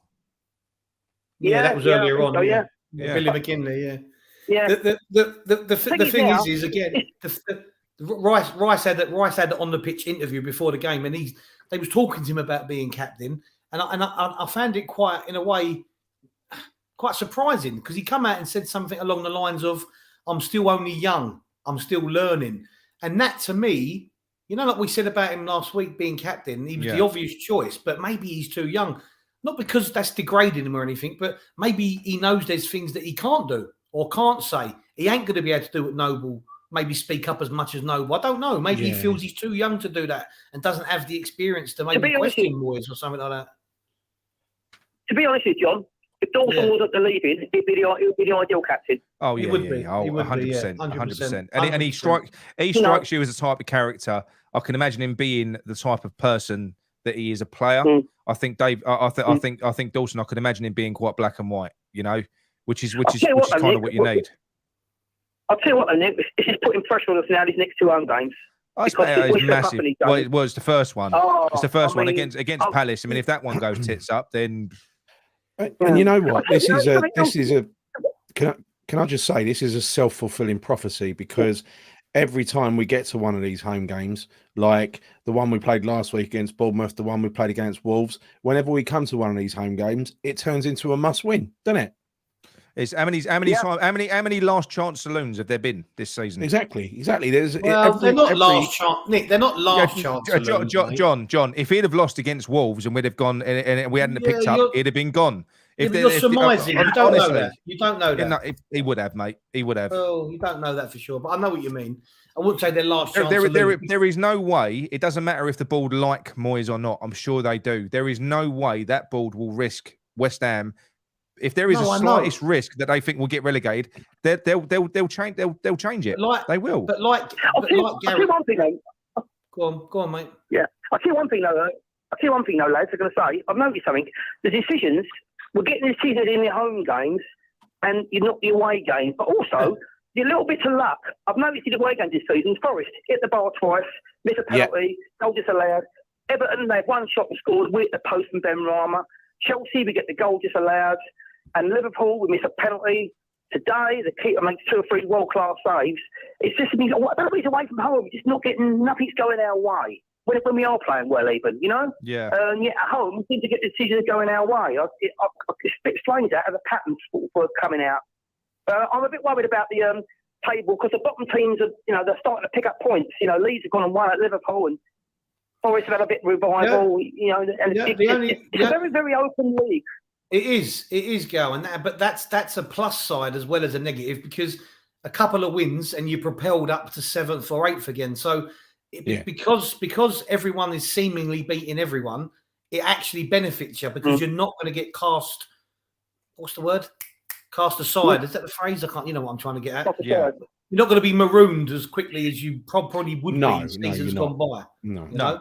So that's the good thing. The good thing going our way is Paqueta and Cornet are very close to fitness now, because he said Cornet's on the grass, and Paqueta, I think, is near enough. So hopefully, for the home games, maybe Paqueta and Cornet will be available, and that could give him a few more options. Yeah. But again, if he plays Soteg, I think even the fans that are pro Moyes now are going to start to turn, because they're going to think, this is not, you're not looking at the picture here. You're not seeing what's there's a lot of people on the fence. You have got some very, very. There are a lot, I would say, of in Moyes I trust people. There are. There's a lot of them. But there are. I would say that the vast majority at the moment are kind of Nick, here nor there. They wouldn't say Moyes out. They wouldn't say in Moyes I trust. I uploaded this. Yeah. In Moyes, that's the funny thing about it is, Moyes. The funny thing with Moyes is he doesn't have to do that much to get this right, because like I said to you on the last phone call, mate, to you, we never get battered by anybody. No. And today, I just knew we were going to get beat by the odd goal. 1-0, so you just know it. This time and time again. And we don't get back by anybody. He just needs to make a couple of tweaks. The formations, add that extra attacking player into the midfield. We do not need free holding mid. And you can say he's a number 10 Downs, but he's not a creative player. He doesn't need three of them in there. But these tweaks though, but these little tweaks that we talk about, these are little tweaks that these are little tweaks that I just don't think he's going to make. And don't forget, he hasn't brought Downs in because we're playing Man United or Liverpool or whatever, right? He brought Downs in against Bournemouth the other night as well. That's right. I know. For me, when Paqueta comes back, Paqueta's just got to go in the number 10. Yeah, I've got a couple of I've got a couple of calls waiting, John. I know you just said on there. Cool. But yeah, no, Gary, great call, mate. As always, you're becoming a bit of a star on our channel. It's good to have you on. Thanks. And thanks, Gary. We'll speak to you again soon. All right. Cheers, Gary. mate. Take care, mate. Thanks, mate. See you later. Good luck, mate. Bye, mate. Right. Bye.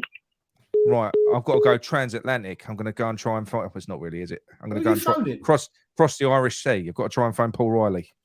Give us a minute. Hang on. Oh, the old Paul Riley. I've seen him make loads of comments. Yeah, I've never spoken to him before. Have we? I'll be back in a couple of seconds, right?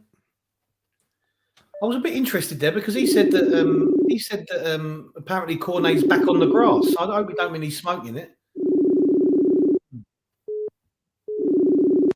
You got another one coming in. Hey, Nick. Hello, is that Paul? Yeah, how you doing? There you go, mate. I've got you. You're on the show. Can you hear him, John? Yeah. Hello, Paul. You all right, mate? Not bad. How are you? Yeah, not too bad. What would you like to discuss, mate? Oh, I'm like you, Nick. I'm fed up with Moyes and the way he plays. I know. Yeah, I don't know. It's just the same thing every week, though, isn't it? It's just you leave it too late, and his record against the top 6 teams just. He does the same thing every time, isn't it? I know. Well, apparently the record now, Paul. The record now is what 70 attempts at the. I don't know whether it's the top 6 or the traditional top 4. I think it's a traditional top 4. I think it's 70 attempts from what I've been told. Yeah, Liverpool, etc. Yeah. So it's the same thing as because too little, too late, isn't it? It is. I mean, but how good were we in that last 15 minutes, mate? Didn't it drive you mad that we just couldn't do it for longer? Yeah, that's what you want to see from the start, though, isn't it? Absolutely, mate. But and as you said earlier about Schumacher coming off, I mean, everyone wants to see the two of them together. Yeah. But I don't know. It's like he's so stubborn that he just doesn't want to do what the fans want. You know what I mean? I know. Like Soucek, I wish he dropped Soucek and played Downs and Royce together and just see how that goes. Yeah. Well, I think we've seen it in Europe, haven't we? We've seen it in Europe from them together. Yeah. I actually prefer the teams he plays in Europe to starting lineups. I know. It was certainly the way that he plays, the way that he attacks games. I prefer the way that he tackles Europe. Exactly. Anyway. Paul, I've seen your comments regarding Moyes, Paul. In all honesty, do you think that you will ever? Is there anything Moyes can do to change your mind? Is it just literally those little formation changes or personnel changes, and then you'll think, all right, I'll give him the benefit of the doubt, or is it done there for you with Moyes? No, he's done because he won't change his ways. He's just we've seen it over and over. Like, look at the Man United. Every time you play Man United away, he just does the same thing. Gives them too much respect. Defend, and when we concede, then we start to attack. And it's too late. And it's just the same thing every time. And it's so predictable now. Yeah. Do you know what I mean? It's so frustrating. It is. I mean, I don't want to be Moyes out. I mean, especially he's done great things the last few years for us. But so I just don't see where we're going there with him, to be honest. If he's going to keep making the same mistakes over and over. Yeah. You know what I mean? I agree with you. And after that, where do you think is an acceptable position to finish this year? Well, at the moment, I'd bite your arm off for 10th. I've got to be honest. At the moment, 10th, yeah. Whether I think 10th, and if we was to go, we're on a cup run. We're 6 games away from a European final. But 10th at this, that wouldn't. If you'd have asked me at the start of the season, then I'd have been saying no. Top 7, sort of going back for the same thing. Yeah, exactly. But how we've started, I think. how we started, I think top 10 would be an achievement. I've got to be honest at the moment, but yeah, just playing catch up now. We are. We're certainly not targeting the top 6 now. I don't care what anyone says. So no, but I think we have a good chance to win your Yeah, conference. I was just gonna say that. I think we've got a huge chance of winning that Europa League, Conference League. I know Nick's not a big fan of it at this stage, but I am now. Now we're through. No, now we're in the, but I mean, interesting rounds. If he won that and finished in top 10, I think it'd be success, 100%. Oh, that's a great. I think if we won that, what are you saying, Nick? Fucking hell, what are you saying about? This is a great comment, right? This is a great comment from it's the only way of Clever getting Trevor. League, No, not that one. Not that one. That's a good comment, Clever Trevor, but it's this one. Everton under Moyes couldn't beat Man U, but Everton then beat Man U under Moyes. Brilliant.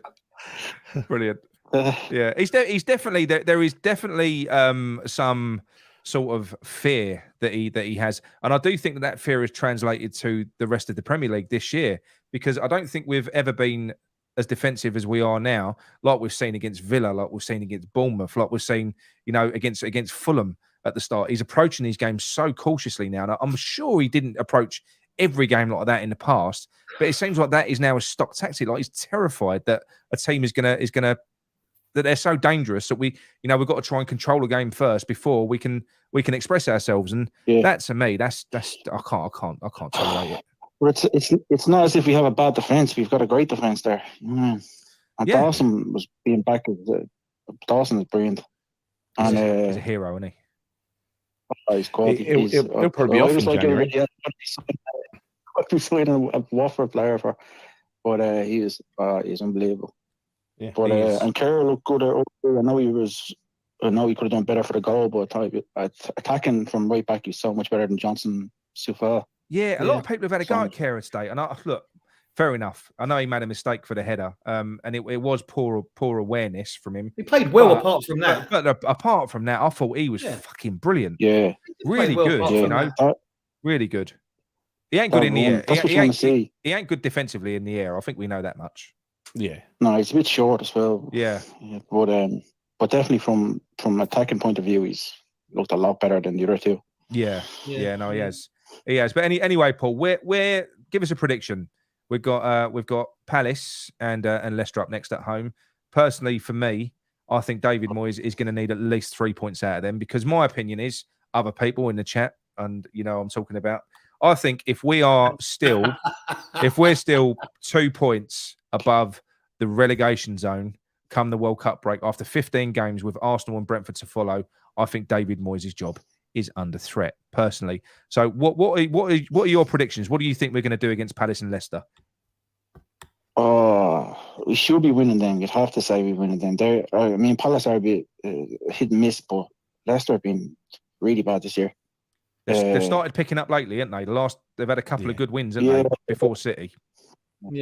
Yeah, but I think their goalkeeper is probably the worst goalkeeper in the league. So if we're taking shots like today, we should be scoring, But, we're not clinical, are we? I think, no. But Palace are a bit iffy, but I think if he actually sets up to attack them, we should be beating both of them. Yeah. No, I agree. It's just whether he does. That's the thing. You never know what you're going to get. I was certain today that David Moyes was going to go 4-0 out on the left, Downs in the middle like he did. And I even thought if Bowen's out, he ain't going to play Antonio out there. He'll play fucking Soufal right wing in front of Johnson. That's kind of where Moyes has left me in my head. I feel like he's going to. That's kind of what he does. Yeah. But anyway, expect the worst. Yeah, but anyway, Paul, have you got any other questions, mate? I've got one more caller I've got to get in. I was going to say, no, John made a good point earlier about he should play Antonio on the wing, and imagine what he'd do with not to play the two of them up the top, but Antonio on the wing, and he the service he would actually provide for Shamaka. He can cross as well. Antonio can cross as well.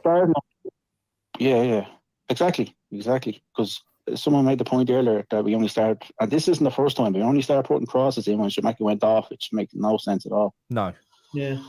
Yeah, and it's crazy. And they have a Man United had that Martinez lad who was about 5 foot, and he's not even making the most of it. Like, See, that's one I don't get. How can he be a centre back? yeah. Cool. Well, Steve Potts made a good career out of it. Yeah, he did. He did. Although it was 25 And years. of course, McGuire, fucking months. I know. Anyway, and the guy was class, I have to say. He was class, mate. Class. He certainly kept him in it. He did keep him in it. Okay, well, Paul, thank you very much for your call, mate. I've got one more. There's someone who keeps texting me. I better because talking about John's beard. Yeah. Cheers, Paul. Yeah. All right, thanks, lads. Lovely. Cheers, Paul. Thanks very much, mate. Cheers. Thanks. Bye. Do you know what? Do you know what, mate? I'm so happy Ronan Keaton phoned in after all them times he's been messaging us. So racist. I'm sorry. Right. Who's talking about my beard? I don't come on this show. Right, here we go. This is like, I feel like I'm on. Hello. This is Nick from Claret and Booze. You're on air, mate. You're live on air. Hello, mate. Nice to talk to you finally. Nice to talk to you. You mentioned something about John's beard in the text. Oh, the bearded one, John. Yeah. I was wondering, does he actually have Moyes pajamas, or does he contribute his name somehow?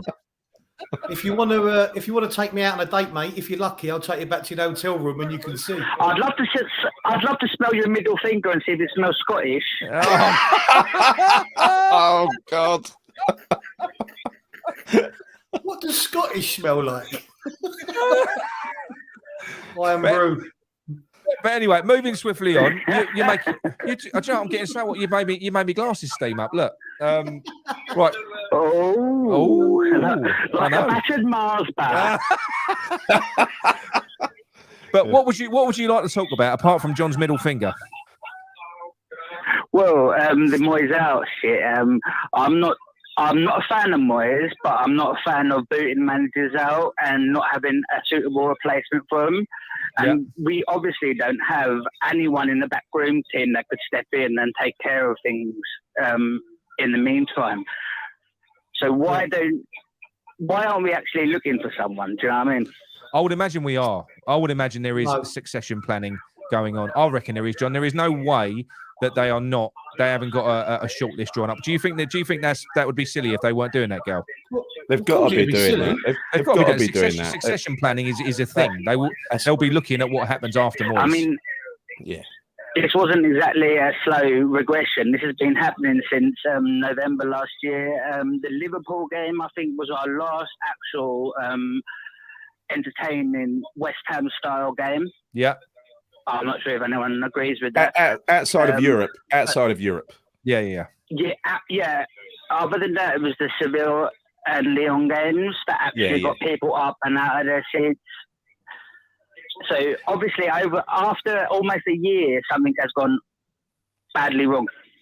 Yeah. Look. In the league, I would say so. Yeah, I would say so. A few exceptions. A few exceptions to the rule, right? Sorry, mate. Could you turn your TV down or the stream or something in the background if that's all right? Sorry, mate. That's all right. No worries. A few exceptions to that rule. Cheers. Thank you. Firstly, we went 2-0 up at home to Man City and nearly beat them and could have beaten them, right? And secondly, the Spurs game this year, I thought we played really well at home in that game. Yeah. It's few and far between, that's what I'm saying. But there have been the odd game where we've played well. 2 games isn't prolific. No, it's not. No. Even a broken clock is right twice a day, as they say. I'm grasping here. I'm trying to find counter examples. You can't be blamed on new players coming into jail either, because we've had that in the past. Yeah. Yes, I know. John keeps sniffing his middle finger. What's your name, by the way? We didn't get your name. It smells like iron brew. Sorry, mate. Will Doyle. Will Doyle. Will. Lovely to talk to you, Will. He's the Will Doyle pajama man. There you go. There you go. There you go. Now we know. Cheeky fucker. My mates call me. I love that little comment. The gay drop dead Fred. The gay drop dead Fred. I love that comment because you're talking about talking about Ronan Keating, and Paul Riley said to John, he said, "You say it best when you say nothing at all." Did he? We've got some funny people in here tonight, haven't we? Really? We have. I'm the funny one. So he thinks. So he thinks. But anyway, how do you think this is going to play out for Moyes? Come on, what you said is true.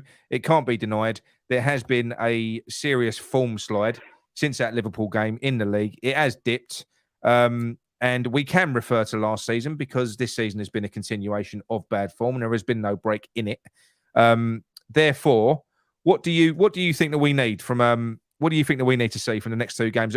Do you think we just need results now, or do you think we need to focus on performances?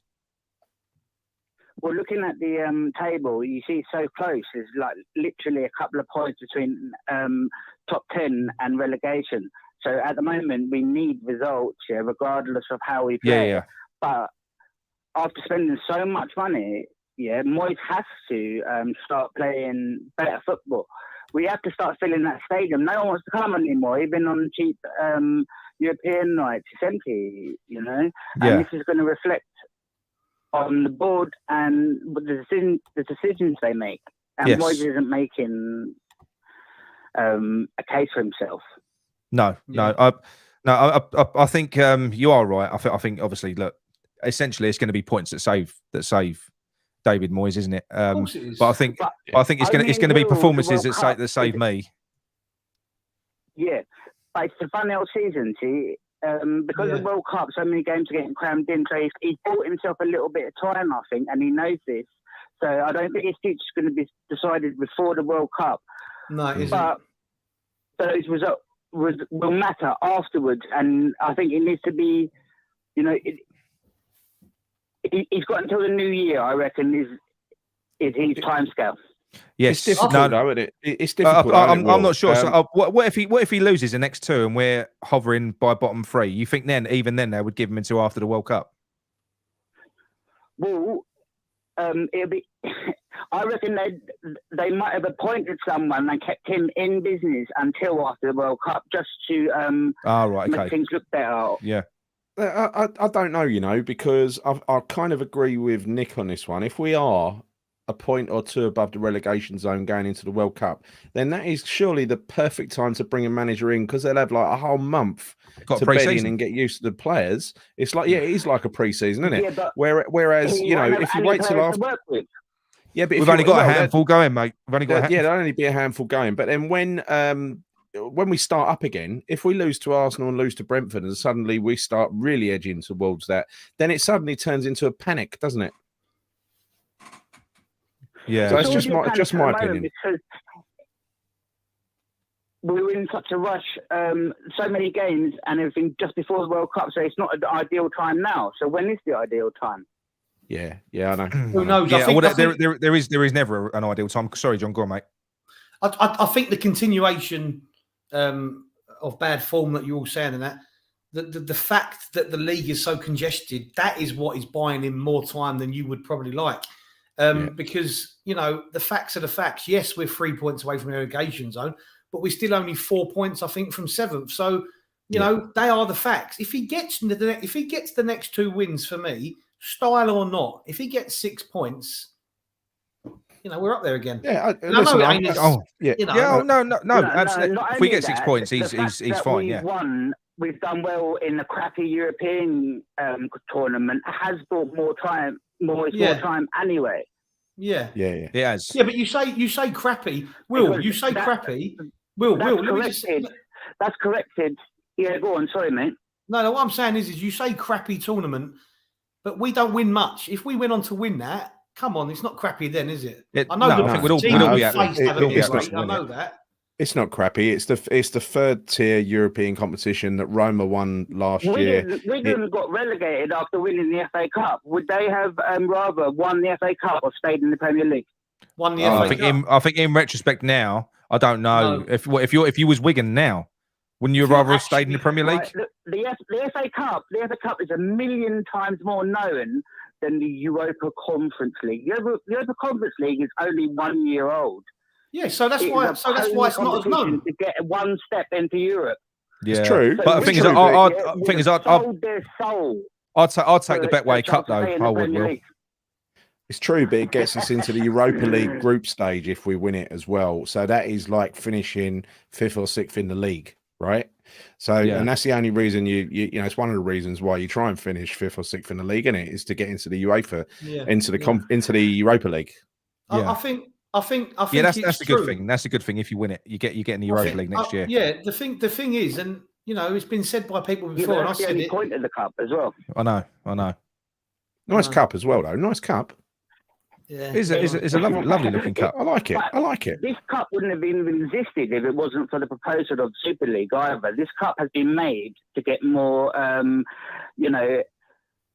European football noticed. I know, but Will, look at, just think of the positive, right? Another positive is we can put another trophy entry around the middle tier of our stadium. We can, you know. Because that's looking barren. It's looking barren, to be fair, isn't it? Barren. We've had to fill it up with when we were founded, haven't we?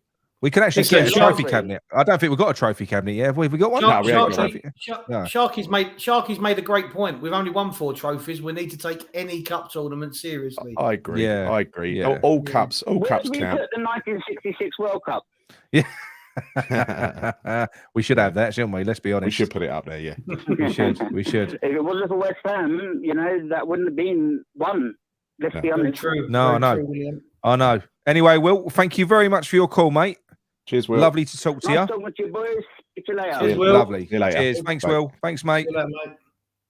He's a lovely guy. Last week or the week before we had Russell Brand. This week we got Frank Spencer. I did wonder where that call was going. I did wonder where that call was going. I know. I did wonder where that call was good. going. He was good, though. He was good. Yeah, he was. Nice It was guy. funny. It was Nice funny, guy. yeah. It was funny. Smell your middle finger. I thought, oh, no. Right. Do you want to go through some comments, John? Yeah.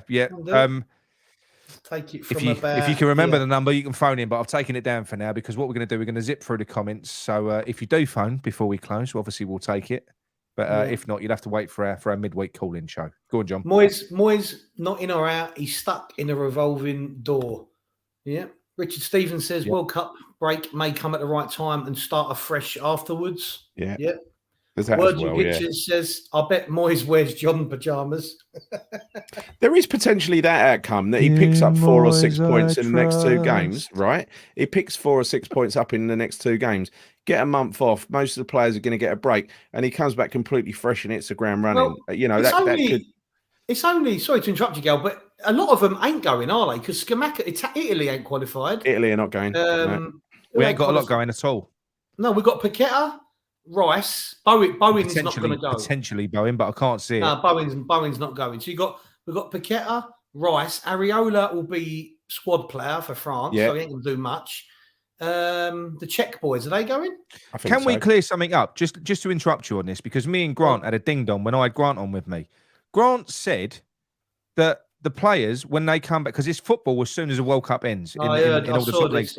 He said that. Now, I'm not saying he's wrong, but I can't imagine that's going to be the case, that the players will get 2 weeks off after the World Cup. I don't think it's official, but I think maybe Grant's getting at the fact that they might do a gentleman's agreement. Right. It's down to individual clubs, but I can't see it. But imagine if you're a top team, all your players, or half of them are internationals. How can you do that? I can't see it being agreed, but there might be some gentleman's agreement somewhere, but I doubt it. We ain't got the squad for that. City could do it, obviously. I'm looking through the groups, right? Czech Republic are not there. No, I don't think they're there. So we've only got a really small amount of players going. Morocco. Who plays for Morocco? That's Aguerd. Yeah. Aguerd. Who does are they there, Morocco?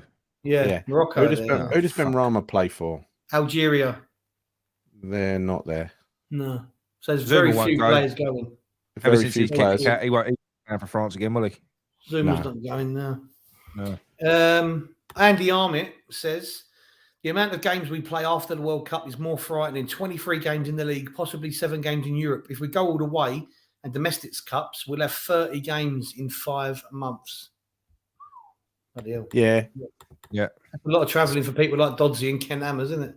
Bloody is, 6 games a month, though, don't sound bad to what we've just had. October has been 8 or 9 games, right? Yeah, that's right. Yeah, a lot of games. Mandy G says the owners won't bring someone in like Poch if we are in the bottom three come the World Cup break. Yeah, I don't think they'd be. We won't be attractive, will we? Either. No, will we won't. I don't. Do you not think? Because I think halfway through a season. Well, look, after 15 games, if after 15 games you bring another manager in, I think you're okay. But if you're going over halfway through the season, then all you're doing is you're getting rid of Moyes for another Moyes. You're bringing in another disaster recovery manager. Nick, but you keep fucking saying Sean that, Dyche or something. That's what. No, but that's what you're doing. This is how we ended up in this situation in the first place. We brought him in to save us, and we've still got him. But we brought Moyes in to save us, but his previous career wasn't built on saving anybody. So that's not his skill set. He did it for us. He doesn't once. always save every club, does he? Has he proved? Well, Sunderland won. Kera will be going as well. Yeah. Sorry, I forgot about him. Would you take 17th place but win the European Conference League? No. Yeah, I would. I would take it, but I'd want him sacked. Up and win. No, stay up and win. Sacked. I'd take it, but I'd want him sacked. 17th place. Listen. Imagine the misery. Imagine the misery that we'd have had to have endured that season. Okay, but you say we had misery all the back half of last season in the league, but we all forgot about it because of the European run. It won't be misery. It won't be misery. It'd be happiness because we've stayed up. You would take 17th place. Nick, we will be delighted because we would have been in a relegation battle and stayed up and then won a trophy. That'd be a Nigel spoke to one Wigan fan, season. and now he's saying all Wigan fans would rather have won the cup. Oh God, I'm gonna see. Basically, what's this? It is similar to the Cup Winners' Cup. That comment that was just on there because that was the third level of European trophy as well, right? Yeah. Basically, we stood still last year when we needed to strengthen. Those lofty positions in league are all long gone, and all other teams around us have improved. Top half finish at best this season. Yeah, possibly. This is if Moyes dropped dead, I would celebrate. No, too far. No, too far. Why someone's dead? Too far. Wigan fans will remember the FA Cup win and won't remember relegation. Yeah, I'll sort of agree with it. I don't want to get relegated, of course. Yeah. Down should have come off at half time. One down, time to get forward minded. But Down should have come off. I don't agree with that. Well, I think he should have come off 15 minutes into the second half to give us half an hour. Well, I would have rather put Downs back in his preferred position, personally. He takes Souček off, bring Downs back, and bring Fornals on. Yeah, but we don't even talk about taking Souček off because we just know it ain't going to happen. So yeah, exactly. Yeah. Dawson should be going instead of that donkey Maguire to the World Cup. To be fair, Maguire played quite well today. What's this one? How can you get rid of a manager who has seen us through two relegation battles? A relegation battle might save his job for next season. Yeah, like I said earlier, let me just put that back up because we were talking to people earlier. 1 minute. Let me just show that poll again, right? Oh, yeah. So want a new manager is at 5.6% at the moment. This is after 1,621 votes. It's mainly, trust, 57%, but tolerate and bored. That's the thing that really bothers me, right? Because that's 37% of people who are a bit, uninspired by Moyes at the moment. I genuinely think for me at the minute, the reason I'm not Moyes out. John, can I ask you on that? No, let me finish. One second. Put that back up. Just tell us where you would vote. Trust, tolerate, bored, or want a new manager? I'm in between tolerate and bored, if I'm honest. I'm bored of the style. Same here. Absolutely same here. I don't know which one to say. Yeah. But the thing with me is what I was going to say was there. The thing that keeps me on his side is because I think and I see from the squad of players that they're on his side. If to me it looked like the players are down tools, then I would think there was a problem in the dressing room and all that. For me, something's not right.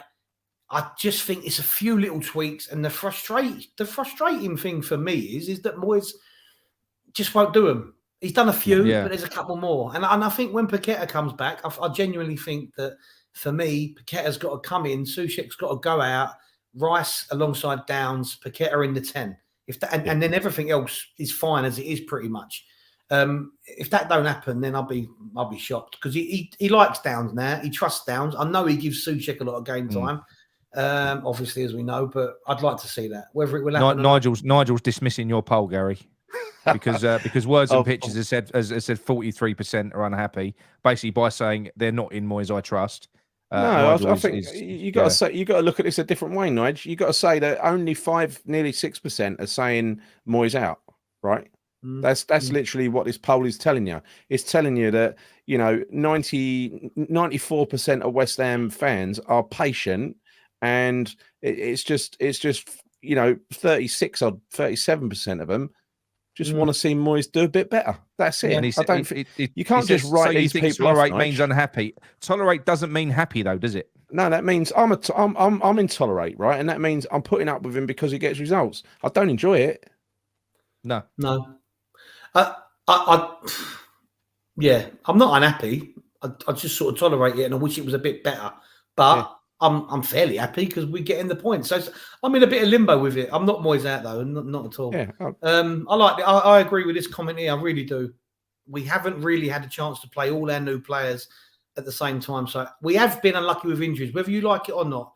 Skamaka got ill. What are you laughing at? We have, Nick. No, I know. We have. I know. Nick, have we not had injuries again? Is there a Premier League club that hasn't had injuries? Well, not as many as us again. We seem to be very just us. High. No, it isn't just West Ham, Nick. You're putting words in my mouth again. Do you know how many we had out today? What? We had Paqueta and Cornet out. But they're two big players from an offensive point of view, aren't they? Cornet's a backup from an offensive player. What? Cornet a first team player. Well, even when he was sitting on the bench half the time, he was a fucking Europa League player. From an attacking perspective, those two players are more attacking than we've got available. Yeah, so. We've got Emerson on the bench. You don't play him. If we finish 17th, Rice, Skamaka, and Paqueta will be off, regardless if we win the Mickey Mouse Cup. Sorry, Nigel. By the way, I didn't read all the comments. What was that? What's that? Oh, yeah, missed a few. Yeah. No. It was just more agreeing, not disagreeing. So, virtually all of our last trophy winning side are now pensioners, and you would turn down a cup win. Well said, Barney McGrew. Well said. What's this one? Mandy wants a new manager for next season. What's this? We all know who's going out when Paqueta returns. Downs. If you don't know that, you're kidding yourself. Well, I'm hoping. Don't dispute it, but I'm hoping it doesn't work. I know. Wouldn't it be nice? And it is horrible, isn't it? And I actually now, because look, when I say I'm not a Souček fan, it isn't because I fucking hate him or anything like that. I think he's a warrior. He's a good player, but it's getting to the stage now where I almost feel bad with how much I want him out of this fucking team. I think this one here about from Glenn. Yeah, look, I'm 53. And put myself in the tolerate bucket. I don't know, I don't know what how people are who vote on Twitter, but but it ain't nothing to do, because if you have a look at Ralph in the Sun, Ralph in the Sun's in his 60s as well, and he's in the Moyes out camp. There's an awful lot of players. It isn't just young. It's not young, old, nothing. You've got different. Everyone's got different personalities, so it's got nothing to do with age. Yeah. No, I wouldn't say anything to do with age. It hasn't. Yeah. Okay. We've had Dave Trevitt. He's not a spring chicken. He's come on. It's not all yeah. Ralph confirms he is 62 and he's unhappy with Moyes. There you go. Gary, Moyes had options on the bench. Just play them. Moyes hasn't. Yeah, I know. I know. That's what I've said. That's what I've said. That is exactly what I believe, which is why I'm in a tolerate stroke board camp. Right. Yeah. Why is everyone giving us their age? Is this turning into some sort of dating site or something? Black Country Hammer's 59. This is not interesting. Close to Moyes out. Yep. I'm 43. The same boat as me, Black Country. Yeah. Will Doyle still watching. Finishing 5th would be more of an achievement than winning the cup. I don't think so. I don't think so. I really don't. I've got to say, we had this thing when Nigel was on here, and we had this thing about would you take a cup and relegation? No, I wouldn't. I've had a rethink on that. But I would definitely finish 17th and win a cup, any cup. Yeah, I would, if I'm honest with you. Finishing 17th just depresses me. What's that? Finishing 17th, the idea of that, fuck that. Look, I wouldn't care if we won a cup. It wouldn't come in. I wouldn't even give a monkey's, Nick. I wouldn't care. Why would you worry about that? Yeah. All right, that's fair enough. Okay. Just, it's fine. It's fine. It's not fine. I can tell by the way you're talking. It's not fine. No, it's not for me. Fuck that. I mean, can you imagine the shit that we would have to watch? Imagine the shit that we would have to watch. Why are you so obsessed with the league? Why are you absolutely obsessed? Why do we watch it then? Why do we bother? Why have we just done this show? It's not about why do we bother. We watch it because we follow West Ham. But what I'm saying is, for me, winning a cup is far more important than finishing fifth. Yes, other end of the scale, yeah. Alfie, 19, loves Moyes, but getting frustrated when we see. So I think we're all, well done. 57 Moyes in, 50 on the fence. Will is 11-6. 11-6. Yeah. What about asking then, do you 10 games or not? I don't it's about the people that vote and that. Yeah. I think everyone's entitled. Disagree with this comment. Their opinion. That's the Conference League is like the community shield. It doesn't make you a better fan because you go or if you don't go. Roma won the Conference League last year, and Jose Mourinho, that was his first trophy with Roma, and he completed the set by tattooing a Conference League on his body. He's now got all 3 European trophy wins. Can I just add to his name? Jose Mourinho. With Roma. Can I just add as well? That was Roma's first ever European trophy. Yeah, and they loved it. They absolutely loved it. Yes. And look, someone like Mourinho getting it tattooed onto his body, that kind of tells me it's a little bit more than a 2-bob trophy, right? Yeah. Well said, Gary. Well said, Gary. I know. Right. Should we? Right. That's about us. 2 hours in. The phone was off the hook. Let's finish Sunday night. Yeah, it's Sunday night. Some of us got work in the morning. It's been a good show. It weren't the worst game in the world that we just watched either.